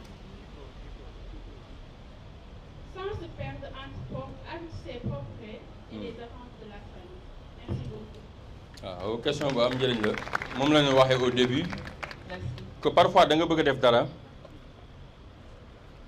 njaboot gi ñoom ni bëgg nga nekk ci beneen affaire fekk yow ñaw nga bëgg ay yére bu ko jaay ñoom ñu ne noonu da nga bëgg a nekk docteur wala quelque chose d'autre damay répété ma wax bëgguma nag nga dem commencé maire bi di wax benn affaire nga ne non du ma ko def parce que ton ñaa sax waxoon na ma loolu quoi dund benn yoon lañ koy def te parfois on est incompris même dans nos propres familles d'ailleurs tous ceux qui ont fait des choses extraordinaires ont été des incompris et ça commence d'abord par la famille mais accepter d'être incompris parce que dama la waxoon au début sànq ne la am na yàlla lu mu def sa biir xol bi yow kese la ko jox même ki nga bëgg ki nga gën a bëgg sax bu nekkee sa wet mënul comprendre boo koy expliquer fekk demoo ba réaliser ko donc parfois il faut nga égoïste tuuti ci sa mission de vie mu jaral la nga isolé wu parfois parce que y a des amis que tu as aujourd'hui demain il faut les perdre hein? Il faut accepter de les perdre parce que ça fait partie de la vie parce que am na foo yegg ci jëm ci sa fi nga jëm am na ñoo xam ne distraction la ñuy nekk pour yow ça veut pas dire qu'il t'aime pas mais ba leen yóbbaalee yow doo mën a yegg fi nga jëm moo tax ñi réussir ñu bëri ba leen gisee ci àdduna ñu ci ëpp dañu wéet moo tax américain di wax na it's lonely at the top it is lonely at the top because at the top a lot of people won't understand who you are and what you're trying to do mais ñi la bëgg moom mère beeg paa beeg yooyu tôt ou tard danañ comprendre parce que yow li tax ngay def pour ñoom la fekk yaa ngi nekk ci jub fekk yaa ngi nekk ci lu leen di ormal fekk yaa ngi nekk ci lu leen indil gàcce famille bi fekk yaa ngi jaamu yàlla te doo leen duñ la dégg ci lu ñaaw wala wax ju ñaaw wala jëf ju ñaaw foncel ci li nga nekk même buñ ko comprendre parce que ëllëg dinañ mën a comprendre fi nga jëm parce que yow li nga yor yow rek la ko yàlla jox ko keneen parce que man su ma déglu woon waxu nit ñi kon ba Sénégal sax bu yàgg du ma sax ñibbisi kon su ma takkee sama bagage damay ñibbisi Sénégal ma jox la exemple sama xarit yu bëri amee dañ ne mais yow dañ la liggéey wala lu jot yow yaa ngi ci digg Washington gii nekk ci cœur du système américain am accès ci àdduna bi yëpp dëkk yëpp di la xëccoo conférence bu nekk temps yii minimum 10 000 15 000 dollars lañ may fay ma wax pour benn 2 heures de temps ci àdduna bi dem na ba ëpp loolu nga ko fi bàyyi di dem Sénégal na nga ay tool am na bés sama yaay dafa ñëw tool yi lakk ñu am fa benn feu bu métti mu ñëw jooy ne ma dañ ko wax ne ko man dañ ma sañ na liggéey ba affaire bi mu koy métti moo tax il faut que man ma ñibbi dellu Amérique man man dewuma Amérique fi laa dëkk fu may ñibbi dem diaspora da ngay ñibbi si ñu kañ ngay ñibbi man fi laa jógee dama dema uti am naa damay ñibbi sama réew mais nga bàyyi tool yi ma ne man tool li ma ko bàyyi parce que li ma yàlla defal sama xol bi wax ma ne dama ko war a def ci tool yi man rek maa ko xam ma dem bàyyi tool yi presque 9 mois dew ma sama tool ba presque tool yi yàqu mais bu ma tëddee du ma nelaw parce que am na lu nekk ci man loo xam ne moom mënu ko comprendre ma delluwaat encore ci tool yi ma ak sama frère ba ñun kese ay jaana fa nekkoon nag lu nekk ba ma ne nañ dem gas tool yi def école ñoom dañ ne ma mënul nekk école kenn du ñëw fii di fi jàng si ma leen bés dana ñëw àdduna bi danañ ma fekk si tool yi fii jàng si fi bay ils m'ont pas cru you build it people will come I believe it loo tabax bu baax lu mu sori sori nit dina jël avion fekk la foofu ma wax leen ko gëmuñu ma bi Covid amee ma ne gas neneen nañ gas ma commencé man gasal sama bopp ñu tabax école bi ma lancé le Geoff John Training Center bi 4 ans après 49 nationalités ci àdduna bi ba Guadeloupe ba États-Unis ba Haïti ba Canada fu nekk ci àdduna nit jóge na fa wàcc Sénégal demul ñu Gorée de donc bu ñu wàccaan fi Gorée la ñuy dem demuñu Ngoro Island demuñu Île des Madeleines demuñu Sandaga dañuy jóge aéroport jël taxi mu yóbbu leen Njëgeen Bayax après Njëgeen ñu dem ci ñëw tool yi foofu def fa une semaine jëlaat aéroport Haute-Encore dem seen dëkk 49 nationalités pourquoi te kenn ku nekk si ñoom romb na tool boo xam ne moo gën Jefferson téeméeri junni yoon seen dëkk bi ñu wàccee Sénégal romb nañ tool bu gëb Jefferson mais li nekk Jefferson c'est pas tool kese lan moo fa nekk parce que j'avais créé quelque chose de mon cœur li muy sama mission de vie ma waay boo xam ne bi ma ko jëmbatee dafa def comme mango bi dafa am lu américain doon le ripple effect mooy inspiration boo xam ne ku fa ñëw boo fa génnee dana la inspiré nga def yow lu la dépassé loolu ëpp na tool ëpp na bay ëpp na formation inspiration boobu moom laa gis tey seen bët yi kenn ku nekk bu ma ko xoolee que bu fi ñibbee il va vers quelque chose qui va le dépasser parce qu'il va dire ce gars que j'ai vu là que je regardais à la télé qui introduisait le président le premier noir des États-Unis tey mu taxaw ak man fii di ma wax ni mën naa def lii ci bay kii je vais faire plus que lui loolu laa gis kenn ku nekk ci seen bët yi tey te kenn ku nekk yéen mën na ko def y a pas de miracle vous pouvez tout faire y a pas de miracle seen génération ñoo war a ëpp sax ñun luñ def c'est-à-dire da ngeen war a xeeb ñun luñ def vous êtes des miracles c'est-à-dire seen génération on n'a jamais vu quelque chose comme ça ñun dañaan toog 20 heures la ñuy toog xulees pour xaar journal télévisé 20 heures télé Sénégal yëpp benn télé moo fi amoon RTS 20 heures nga toog xaar journal bu fekkee samedi la nga am télé variété si ngay seetaan musique minuit ñu ne demal tëri pare nga ci ba amee kolodra wala furóol nga génn xam nga koccaatu ci xale yi ñëwaat à part ça amul dara loo def football waxtaan et cetera mais léegi dangay toog sa biir néeg sa télé sa téléphone tëdd sa lal di wax ak àdduna bi da ngay yéen kenn ku nekk ci yéen am na pardon tonton kenn ku nekk ci yéen am na TFM lii seen TFM la yéen a garaaw sax gën a garaaw TFM wala seen TV parce que kii yéen CNN ngeen yore broadcast BBC kenn ku nekk ci yéen bu demee TikTok bu posté vidéo adduna bi yëpp koy gis c'est-à-dire que vous avez accès au monde entier et sans coût ça vous coûte rien boo amul connexion sax nga dem koñ ba kër paa yi foofu nga connecté suuf waaw léegi yow nga connecté ci adduna bi vous avez l'accès de tout le monde entier waaw mais c'est ça mu ne ngaay mexe jeunes yi duñ porter les chaussures du Sénégal waaw exemple industrialisation day ñëw mi ngi noonu mais revenons sur le TikTok là c'est important hein mais qu'est-ce qu'on fait avec ça xam nga li dal Afrique moo ñu dal ñun ñëpp xam nga la moo dal Afrique tu sais ce qui se passe avec l'Afrique on est le continent le plus riche au monde assis dans toutes les ressources critical minerals du monde entier les Américains di wax le critical minerals mooy minéral yi nga xam ne bu amul tey critical la ñu wax waxuñu urgence de critical bu amul dara mënul am ci àdduna fer critical mineral la kenn ëpp ko Guinée Simandou Sénégal Falémé baa ngi Afrique moo ëpp fer ci àdduna bi fer bu amul dara mënul am lépp fer lañ koy defaree ak lan bauxite number one àdduna bi mi ngi nii à côté seen Guinée bauxite ñi xamul moom la ñuy defaree aluminium avion yeeg oto yeeg microphone beeg fer yi chaise bu ngeen toog et cetera lal yi ngeen di tëdd ak lépp loo gis ci àdduna bi critical mineral yooyu moo ko yore pétrole gaz Afrique encore jeunesse Afrique mais dañu am loolu lépp ba pare pauvre di uti financement di tukki pour uti li ñu am pour indi ko suñu réew bu tubaab yi génnoon fii yëpp bàyyee ñu suñu mineral yëpp ñu gën a pauvre encore pourquoi parce que kenn si yéen fii ci ñu fi toog yëpp mënu dem ci géej gi génne pétrole bi mënu dem def bauxite bi transformé ko mënu dem Falémé fer bi ne créé ko am na ñu fi jógee Kédougou ku fi jógee Kédougou yëkkal sa loxo yow mi jógee Kédougou ba léegi amoo or boo mën a créé wala nga defaraat ko yéen ñooñu def seen dëkk bi foofu moo ëpp or moo ëpp et cetera moo ëpp et cetera pourquoi loolu tey dal ñu ñun Afrique on doit se poser cette question maintenant dëkk bu tabaxu jeunesse bi moo koy defar maintenant chacun de vous doit se poser la question pourquoi nous on est si riches et si pauvres wala yéen loolu du leen dal ngeen koy xalaat. Est-ce qu'on est pauvre? Est-ce qu'on est pauvre ou appauvri? mais on est pauvre c'est parce que bu ñu bëggee lekk amul lu ñu lekk bu ñu amul lu ñu naan amul lu ñu naan bu ñu bëggee jàng amul lu ñu naan mais ça c'est loolu moo raw pauvreté sax loolu bu amoon beneen moo ni koy créé xam nga am lépp ñàkk lépp ma sœur y a pas plus pauvre que ça loolu la ñuy wax mental slavery you're sitting in diamond yaa ngi toog ci diamond ba pare di ñaan or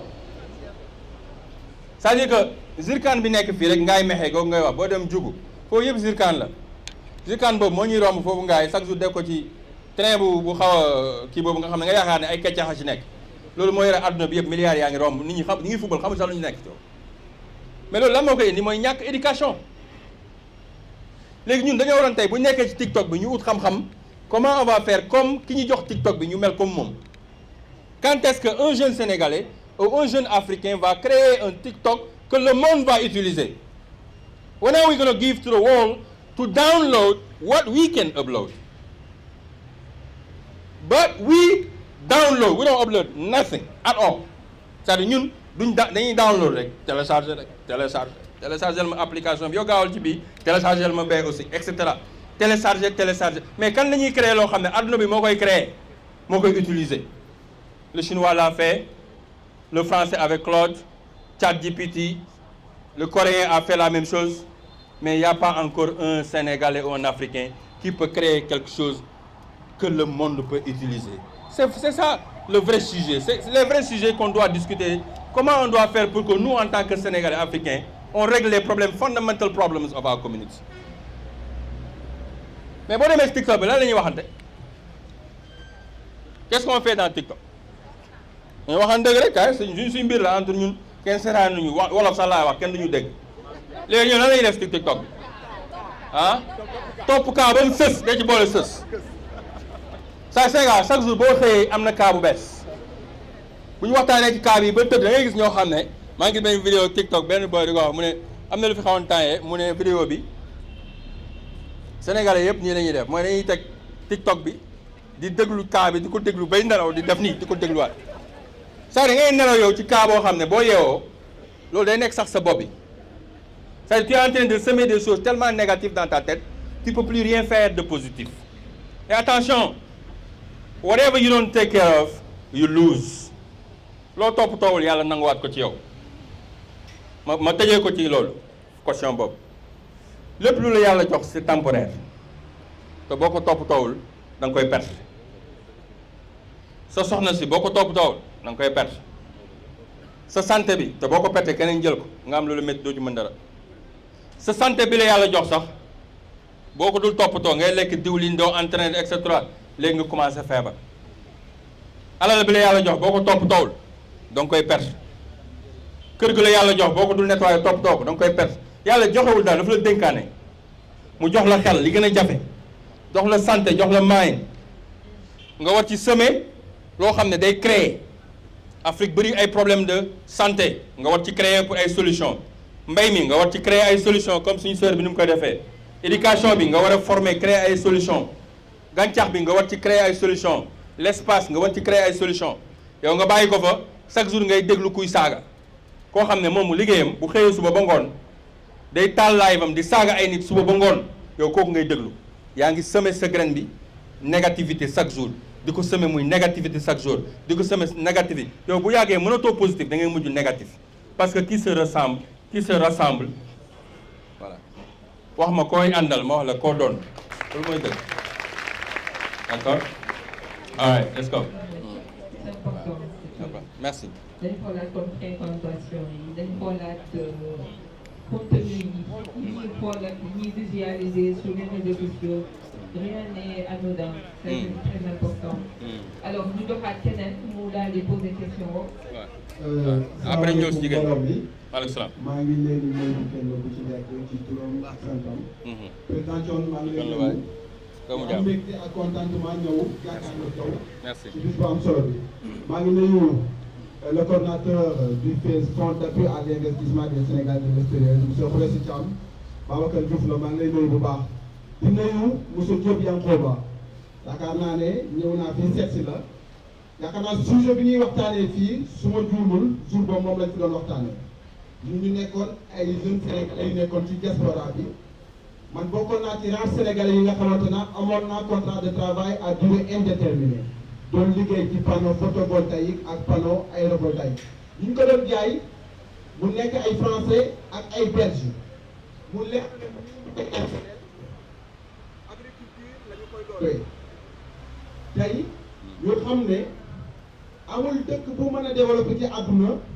te du ay ndawam ñoo ko développé. dëgg la. ñu gis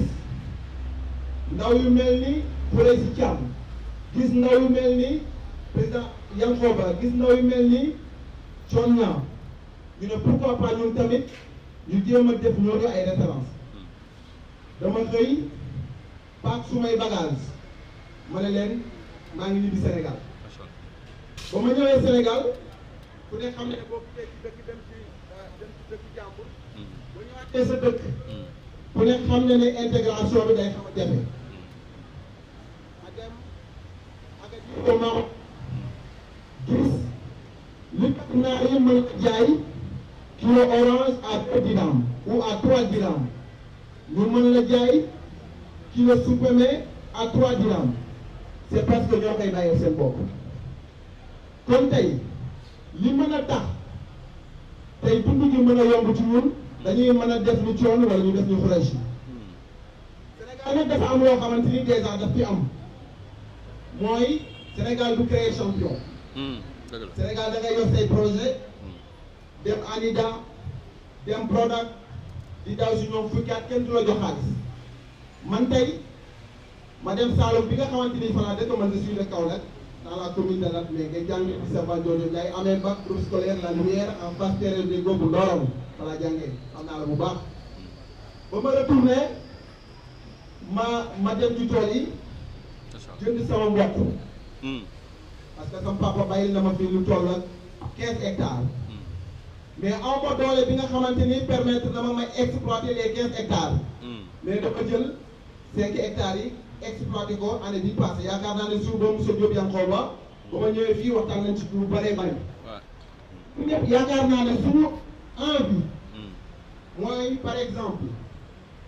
li ñuy dundee fii ci réew mi ñu koy bay fii ci réew mi buñ ci dundee may ma yegg li soxlaa si parce que fi ma toll dafa am solo nga may ma rek. waaw baral ko comme ça ñeneen ñi mën a poser question comme mi ngi guddi waaw. léegi nag suñu bëgg mooy yéen ñi nga xamante ni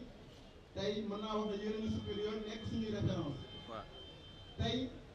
ban programme ngeen am ci ñun.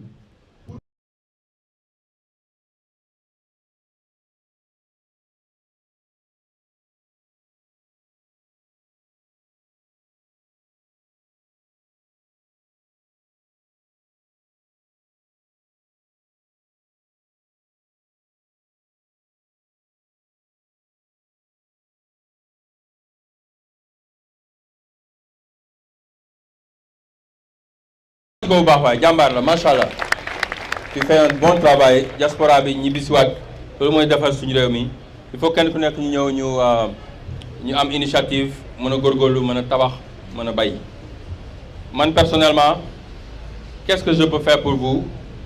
moom laa ñëw def ak yow nii awma financement bu ma jox kenn boobu benn la ñaareel mooy li ma mën mooy def naa ak école maa ngi formé ndaw ñi école dëkk nag dafa am ay combat yi kenn mënu ko yenu ñaar mënu ko yenu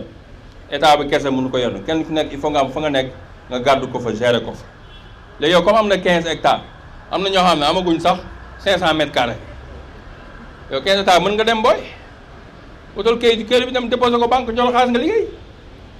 yow waratoo laaj kenn xaalis 15 hectares ku sa bàyyee yow riis nga man dëgg la wala dëgg wala sama waaji ne mën naa la kii xulees réglé naa sa problème mais xulees taxawal wax ñu ñaar diaspora bi ngay jox xaalis yow la jeex na yow réglé nañ si ko jugo taxaw rek waaw xulees ngi nii moo yore diaspora bi tàccu leen ko mu wax ñu qu'est-ce qu'il va faire pour notre frère comme ça bu ñu fi jógee tey au moins benn projet dana taxaw sax 15 hectares yi ñu xool noo koy defaree fi ok xulees vas-y. salaamaaleykum wa rahmatullah. wa salaam. maa ngi leen di nuyu yéen ñëpp seen tur ak seen sant. di rafetlu teewaay bi fii nii waaye di rafetlu master class bi. jox ma ndox. def naa ni question bi nga posé mën naa ne lan maay sa réponse. wala li ngay posé sama loxo bi ngi raf 15 hectares yi nga am sur le FAISE. merci muy le fonds d'appui à l'investissement des Sénégalais de l'extérieur. jàppal ni tey le retour des immigrés bokk na ci li nga xamante ne mooy la base ci samay mission am nga 15 hectares mais je vais vous dire sur le financement du FAISE 53% des financements qui ont été faits c'est sur l'agriculture. Machallah. Parce que nous croyons aujourd'hui au programme du président de la République son excellence monsieur Bassirou Diomaye Diakhar Faye ak ki nga xamante ne mooy le premier ministre Ousmane Sonko ci li nga xamante ne mooy mbay mu nekk véhicule bi nga xam ne moom moo nar a créer le développement au niveau du Sénégal. donc jàppal ni tey ñëwal FAISE incha allah boo ko mënul téléphone yi nga xamante ne am nga ko muy xarala yu bees yi nous avons dématérialisé le FAISE.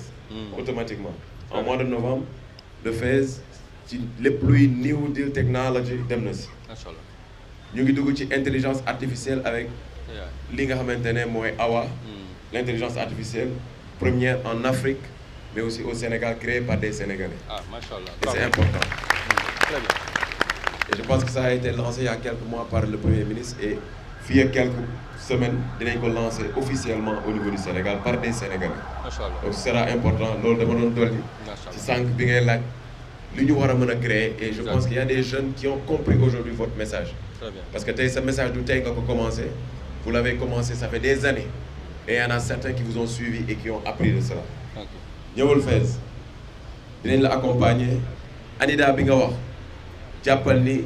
seen programme changé na parce que léegi on travaille en synergie l'État garab la muy guy gi mais guy bu nekk dafa may branche yoo xamante ne kenn ku ci nagam rôle bi ngay jouer. le FAISE moo lay toppatoo yow doomu Sénégal bi nekk si diaspora soo ñëwee respecter li nga xamante ne mooy canevas bi ñuy mettre en place le FAISE va vous accompagner va vous financer va faire un suivi évaluation et va vous donner l'opportunité de devenir un champion. Bravo. Merci beaucoup. Thank you. ana micro bi aca jógal bismillah. Thank you brother. waaleykum salaam. donc maa ngi nuyu ñëpp ñëpp remercier bu baax a baax monsieur Thione Niang ak dëgg yàlla man nag maa ngi présenté wu maa ngi tudd madame Mbaye Aïssatou Bari nekk président réseau des femmes de la banlieue nekk réseau bu mag nekk de la banlieue. su duñ la jox micro bi jëlal bi. sa affiche nag maa ngi ko gisee ci monsieur Kadiali Sané. d'accord nekk CS Africa Digital. d'accord ma ñëwoon fii avec monsieur Diop ñu mare woon ma benn promo ma xamanteeg moom ba ma gisee affiche bi nag mu nekk Thione Niang ma ne ko wax dëgg yàlla tey bëgg naa ñëw si événement bi parce que comme li nga wax rek àdduna il faut nga am mentor. ñu am nag réseau bu nga xamante ne on est dans tout ce qui est formation des femmes formalisation des femmes ñu am nag 5F muy formation formalisation foncier financement ak foire ñun nag suñu problème majeur mooy xawma ndax trouvé nañ suñu mission de vie mooy nekk actrice de développement di jàppale jigéen ñi di leen former di leen formaliser mais comme li sëñ bi wax sànq problème bu ñu confronté ñun ñëpp mooy problème de financement yi ngay jot a am ay maigre financement la nga xamante ne boo ci defalee sa femme ay formation après du am benn suivi wala à la base du nekk lu nga xamante ne dina solide ba mu mën koy industrialiser. lu ñu ñëw tey nag mooy chercher un partenaire man li may wax li ma fi indi mooy chercher un partenaire pour mon réseau. Merci. On a le centre des femmes. La directrice elle est là. Où est Dior? Dior, lève-toi s'il vous plaît. ngeen tàccul ma kii mooy suñu directrice nationale du centre des femmes de Give One Project qui a formé des milliers de femmes avec ses équipes qui sont là dans le pays. Je vous mets en contact avec elle. Comme ça, on va voir ce qu'on peut faire ensemble. Et puis on a un programme aussi pour les jeunes filles avec la fondation Michelle Obama. C'est elle qui coordonne ça avec les jeunes filles de 10 ans jusqu'à 19 ans. Que vous avez fini ce week-end, vous avez fait une autre promotion. Donc, s'il vous plaît, après nga def tout ñu connecte avec le centre des femmes. Am na yeneen jigéen ñu yëkkati loxo ku yore micro bi. Waaw, acca bismillah. Ibrahim. Aywa bismillah. Waaleykum salaam. Ouais. Est-ce que duñ tënk ñu tënk waaw ne gaawal waaw micro bi ah voilà allez-y monsieur s'il vous plaît allez-y monsieur. Alors comme maa ngi tudd Cheikh Ibrahim sama question d'abord aywa donc maa ngi tudd Cheikh Ibrahim. Monsieur le Président ñu ngi lay féliciter d'abord. Merci. ci taxawaay bi nga am. Merci. di remercier ñi nga xamante ni ñoo fi teew. D'abord damay wax ni que ñun si suñu taxawaay dafa am ñaari mbir yoo xamante ni bëggoon naa ko laaj beneen bi doon recommandation laa koy def. Question bi si jiitu mooy nan la ñu mën a créer des champions inclusifs. Alors, damay gis ni au Sénégal c'est rare qu'on voit des personnes en situation de handicap ñu leen tuddee comme des champions en fait et su fekkee tey bëgg nañu dimbali les touches les plus non reculées mën naa jàpp ni pour lutter contre la mendicité il fallait que ñu jéem a xool nan la ñuy aménager donc un système bi nga xamante ni dafay créer donc ay entrepreneurs inclusifs. Alors ñaareelu question bi. mooy yan xalaat ngay jox ndaw ñi nga xamante ni dañuy gaaw a bàyyeeku maanaam dañuy tàmbalee waaye duñu yeggali ak ban xalaat bi nga xamante ni da nga koy dolli ci nga xamante ni am nañu ay xalaat li mel ni taxaw ma leader groupe bu ñu créé l'idée moo nekkoon gën a valoriser ñi nga xamante ni dañuy abandonné moo xam seen i jàng ak yu mel noonu yan nan makaat la ñu mën a xalaat bi nga xamante ni dinañu mën a doole suñu réew ci lépp luy yokk nga xamante ni dafay nekk donc les touches les plus donc reculées. Alors loolu daa moon damay dama recommandé benn fi may daanele mooy damay gis ne suñu borom saa su dafa naan afalaa yatadabbaruun afalaa yaqiluun li ulil albaab mooy ñi nga xamante ni ndax dañuy yàlla daf lay may xel mais damay gis nit ñi dañuy utiliser seen xel. dafay mel ni dañuy xeeb sa lu ñu am te fekk dañ naan koom-koom mooy xel donc est-ce que ndaw ñi tey xel bi leen yàlla may ñu ngi koy utiliser bi tax ñu jéggaane lu ñu am ci xam-xam di ko jéggaane. Macha Allah. Merci beaucoup monsieur le président. Bravo Brahim. Good job. Merci beaucoup. Kontaan naa. Ça fait longtemps jërëjëf. ngeen tàcc ko mi ngi am liggéey bu am solo bu muy def ci réew mi ci suñu frères yi ak sœurs yi fii partout dans le pays. Merci Briam pour ce que vous faites pour le pays merci beaucoup bi nga mujjee laa njëkkee mooy am ak xel mooy créer am mais pas le contraire ñu bëri dañuy wut xaalis fàtte lii parce que lii créer am ci xel la jóge donc aussi li ma leen di conseil mooy bu leen fàtte xóotal njàng mi ak ut xam-xam parce que bu ngeen tollee ci jàng leen te jàng sax dadul wees dama dégg bàyyi mu wax ne képp ku mag ba toog ci keru mag sa jëfu ndaw moo la téye fi nga nekk su fekkee bi ngay nekk ndaw say jëf dafa nekkoon jëf yu baax bi ngay nekk mag dafay feeñ ci sa nekk mag dama dégg bàyyi ñees mu wax loolu mu ne bu fekkee say jëf yu safaan la boo nekkee mag aussi toll ci say ba jege dee loolu dafay feeñ ci yow donc nañu fàttaliku ne li ñuy jëmbat tey daf na lu ñu fekk ëllëg ci fi ñu jëm mooy temps bi ñuy am ëllëg bu ñu demee ba mënatuñ dem kattan bi ñu amoon amatuñ ko rafetaay bi ñu nekkoon nekkatuñ ko jeunesse bi nga demoon ba dem parce que jeunesse yàggul jeunesse si la ñuy tabax mais dafa éphémère te bu ngeen ko utiliser wul pour ut ci xam-xam pour bañ ci perte temps bés dana ñëw nga gis léeg-léeg nit xool la yëngal boppam fekk li mu xalaat mooy su ma amoon tey kattan bi nga am wér-gu-yaram bi nga am xalaat bi nga am li ma waxoon sànq moom laay répondre loolu mooy que tubaab yi lenn rek la ñu ëppale mooy l'économie de la connaissance parce que ci connaissance si la ñuy defaree industrie ci l'économie de la connaissance si la ñuy jëlee or tas ko si l'économie de la connaissance si la ñuy dem ci biir jaww ji dafa créer ay Starlink ba nga mën a toog fii di ci connecté wu si l'économie de la connaissance si la ñuy dem ci biir ndox mi gas ay kilomètres ci suuf génne fa pétrole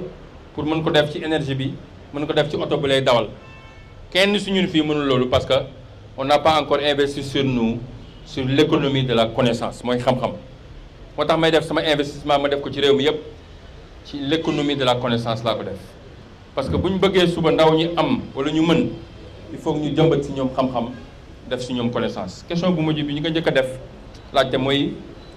nu ñuy def ba créer champion yi loolu wax nañ ci sànq mooy d'abord du seulement état bi mi ngi jël le président de la république def na ko yàggul suñu champion mais kenn ku nekk si ñun na xam ne moom mën na créer champion en tout cas man au moins Thione Niang tey je peux dire j'ai créé des champions je peux le dire fièrement hein, que quand je vois ces jeunes autour de moi ici au moins il y en a certains d'eux yoo xam ne tey ils sont des champions parce qu'ils ont passé lu mu tuuti du temps avec moi donc yéegi nag kenn ku nekk ci yéen il faut mu créer waat yeneen champion bu mënta créer champion na soutenir ay champion bi ça peut être économiquement ça peut être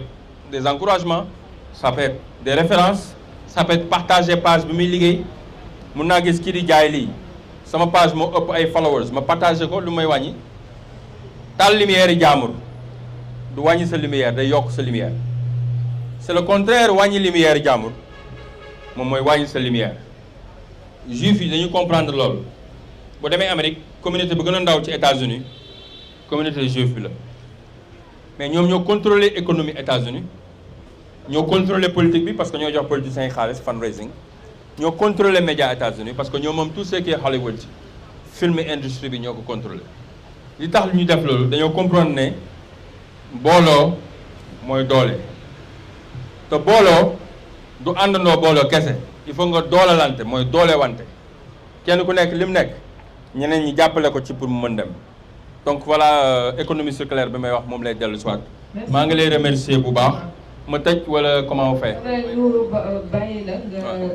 joxe message boo xamante ni c'est à l'endroit des jeunes parce que je pense que soxla nañ ko malheureusement waxtu bi moo ñu dab et il fait un peu tard. merci xam naa du ñàkk message boo xamante ni bëgg nga ko jagleel tey ñu fi teewul ñëpp et que tey bu ñu demee seen kër yi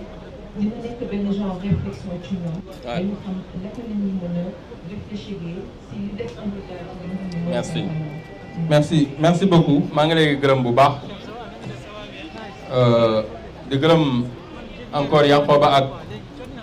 suñu équipe bi fi nekk yëpp surtout suñu directeur national bi ko jiitee muy Sidi Kounta Diagne faut se lever nit ñi gis la aussi il fait un travail extraordinaire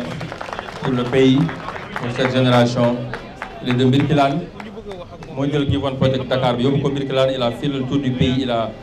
installé Give One Project dans le pays. maa ngi koy gërëm di gërëm suñu directrice nationale des femmes de Give One Project Women Training Center. Anamou, Dior, il faut se lever encore, être reconnu avec tes équipes. Merci pour ce que vous faites pour le pays. Je remercie aussi suñu directeur aujourd'hui national de Give One Digital Skills Academy. Lève-toi, moi aussi, Mingini Moussa Dioum, qui fait un travail extraordinaire sur la formation des jeunes sur la cybersécurité. Chaque 4 mois, 5 mois, il fait former avec le PNUD. La musique, s'il vous plaît. Turn the music down. Là, on est dans une autre promotion. Chaque 4-5 mois, on forme 200 jeunes sur la cybersécurité, Afrique de l'Ouest, Afrique centrale. Tous les 24 pays, avec le PNUD qui finance. C'est lui qui coordonne tout ce programme-là. On a formé aujourd'hui des experts en cybersécurité. Vous connaissez que le pays ou le continent est en danger parce qu'on est tous interconnectés, mais on n'est pas sécurisés. La cybersécurité nous concerne tous. Parce que les attaques que vous avez vues sur le gouvernement sénégalais il y a quelques jours, ça se passe partout dans le monde entier. Et vos données personnelles, les gens rentrent dans vos données personnelles et exploitent vos données. Mingi dal sénégalais yep, mingi dal africain yep. Lolu mo taxone ma def école, c'est pourquoi j'ai créé le Give One Digital Skills Academy il y a 5 ans pour former les jeunes sur le digital et les former sur AI et la cybersécurité. Aujourd'hui, Dioum est en train de coordonner ça avec le PNUD.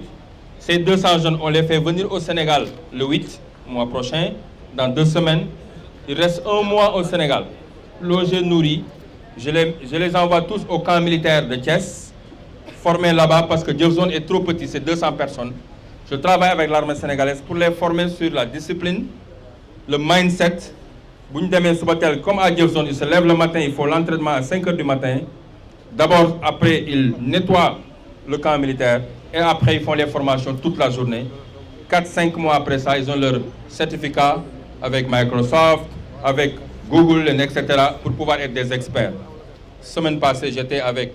les jeunes qu'on a formés en Guinée, qui ont tous aujourd'hui du travail extraordinaire. Ils sont dans 24 pays jusqu'en Afrique centrale et Afrique de l'Ouest. Donc merci pour ce que vous faites. Merci d'avoir cru à cette vision. Merci à tous ces jeunes qui nous accompagnent. Et pour finir, toute cette équipe, mon jeune frère Mamoun, avec le travail que vous faites à l'université Cheikh Anta Diop, il faut l'applaudir. Il fait un très bon travail. Et pour finir, Yankoba Diop avec ses équipes. Escowa, thank you for having me again. Merci de nous avoir donné cette belle journée avec tout ce que vous faites pour la jeunesse, les formations. Ñu ngi koy gis sacrifice bi ngay def ñu ngi koy gis dugal ñu gis la ndaw Sénégal moo juute école bu mel nii donc li ñuy seeti bëriwul quoi mi ngi fii exemple yi jarul dem États-Unis jarul dem truc c'est un jeune qui nous a dit qu'il a fait le bac 4 fois. Aujourd'hui, il est le directeur exécutif CEO de cette école qui fait former des jeunes de partout. Après la campagne électorale, j'ai dit aux jeunes, la campagne est finie, on laisse la politique, on va dans l'économie circulaire. Xalé yi doon volontaire yépp ñi ngi fi. Man leen kan moo ci jàngul ñu yëkkati seen loxo. Mais ne kenn du fi continuer dem ci politique nekk ci réseaux sociaux yi di saagante bu ngoonee fondé sax doo ko mën a jëlal sa bopp wala nga jëlal ko sa yaay. Yéen ñëpp dama leen di jox bourse ngeen dem jàngi Escowa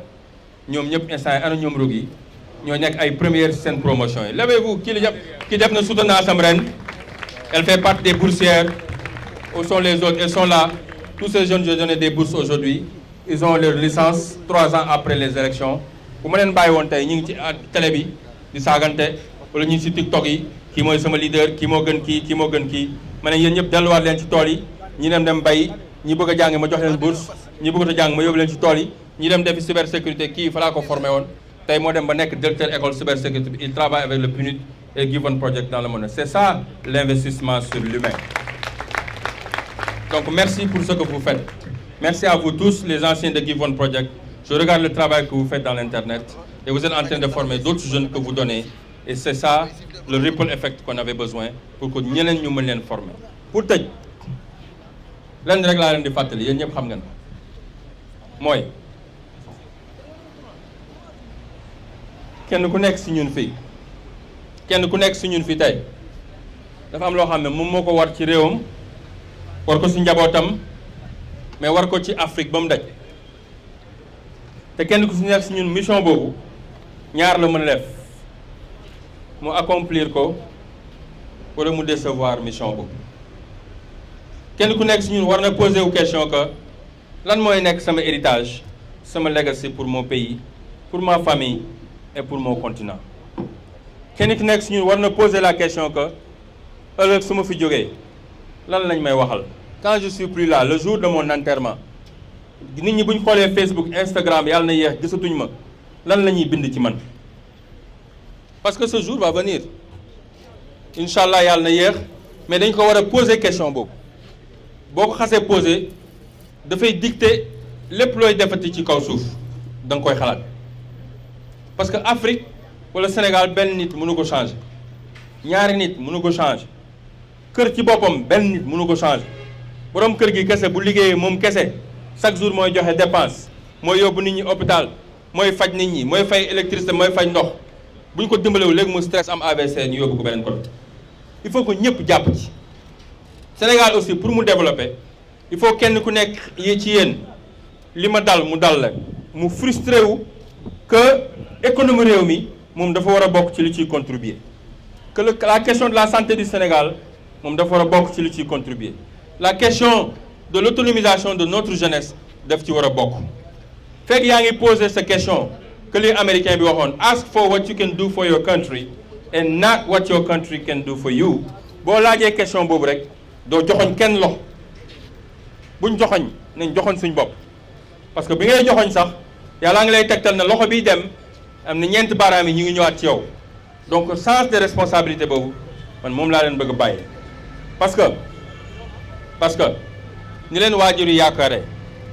ba kenn ku nekk ci yéen buy dem di jàngi chaque jour sa yaay ak sa papa bu ñu la ko waxul ñu ngi xool di xaar que bés dina ñëw nga fomp seen ronkoñ kenn ku nekk ci yéen seede yàlla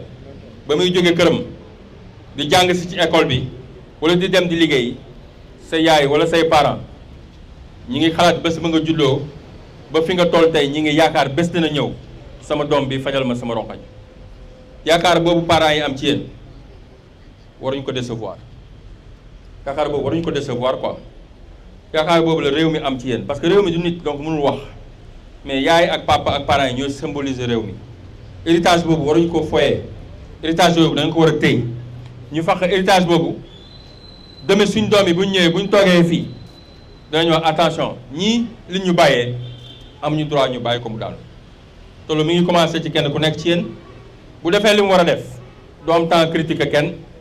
kenn ku nekk bu defee li mu war a def doo am temps saaga wala joxoñ kenn ku nekk bu defee li mu war a def rek Sénégal dana jëm kanam Afrique dana jëm kanam loolu moo tax au-delà du Sénégal may liggéey ci yeneen dëkk yi Afrique parce que Afrique pour tëjee foofu dafa soxla intégration économique Sénégal ne peut pas partir sans la Guinée ne peut pas partir sans le Sénégal ne peut pas partir sans le Mali ne peut pas partir sans le Burkina Faso l'Afrique jusqu'à qu'on arrive à comprendre que c'est ensemble qu'on pourra développer nos pays on ne pourra pas le faire dans la division on devient de plus en plus simple c'est pourquoi je travaille en Guinée parce qu'en Guinée j'ai trouvé quelque chose que j'ai pas encore trouvé que je rêvais c'était quoi dont je rêvais le projet Simandou que vous attendez là depuis 3 ans pourquoi je suis là en train de travailler avec le gouvernement guinéen pour les aider pour développer ce projet de Kédougou jusqu'à Mouribaya au port de Mouribaya 1200 km aller-retour de train stratégiquement ils ont fait un corridor américain yi loolu lañu développé États-Unis mooy lan autoroute ak train corridor bi mu dem autoroute bu ñëw ba connecter 6 pays le Sénégal va se connecter de la Guinée Côte d'Ivoire va se connecter le Mali va se connecter Sierra Leone va se connecter Libéria va se connecter Guinée-Bissau va se connecter donc on a 6 pays africains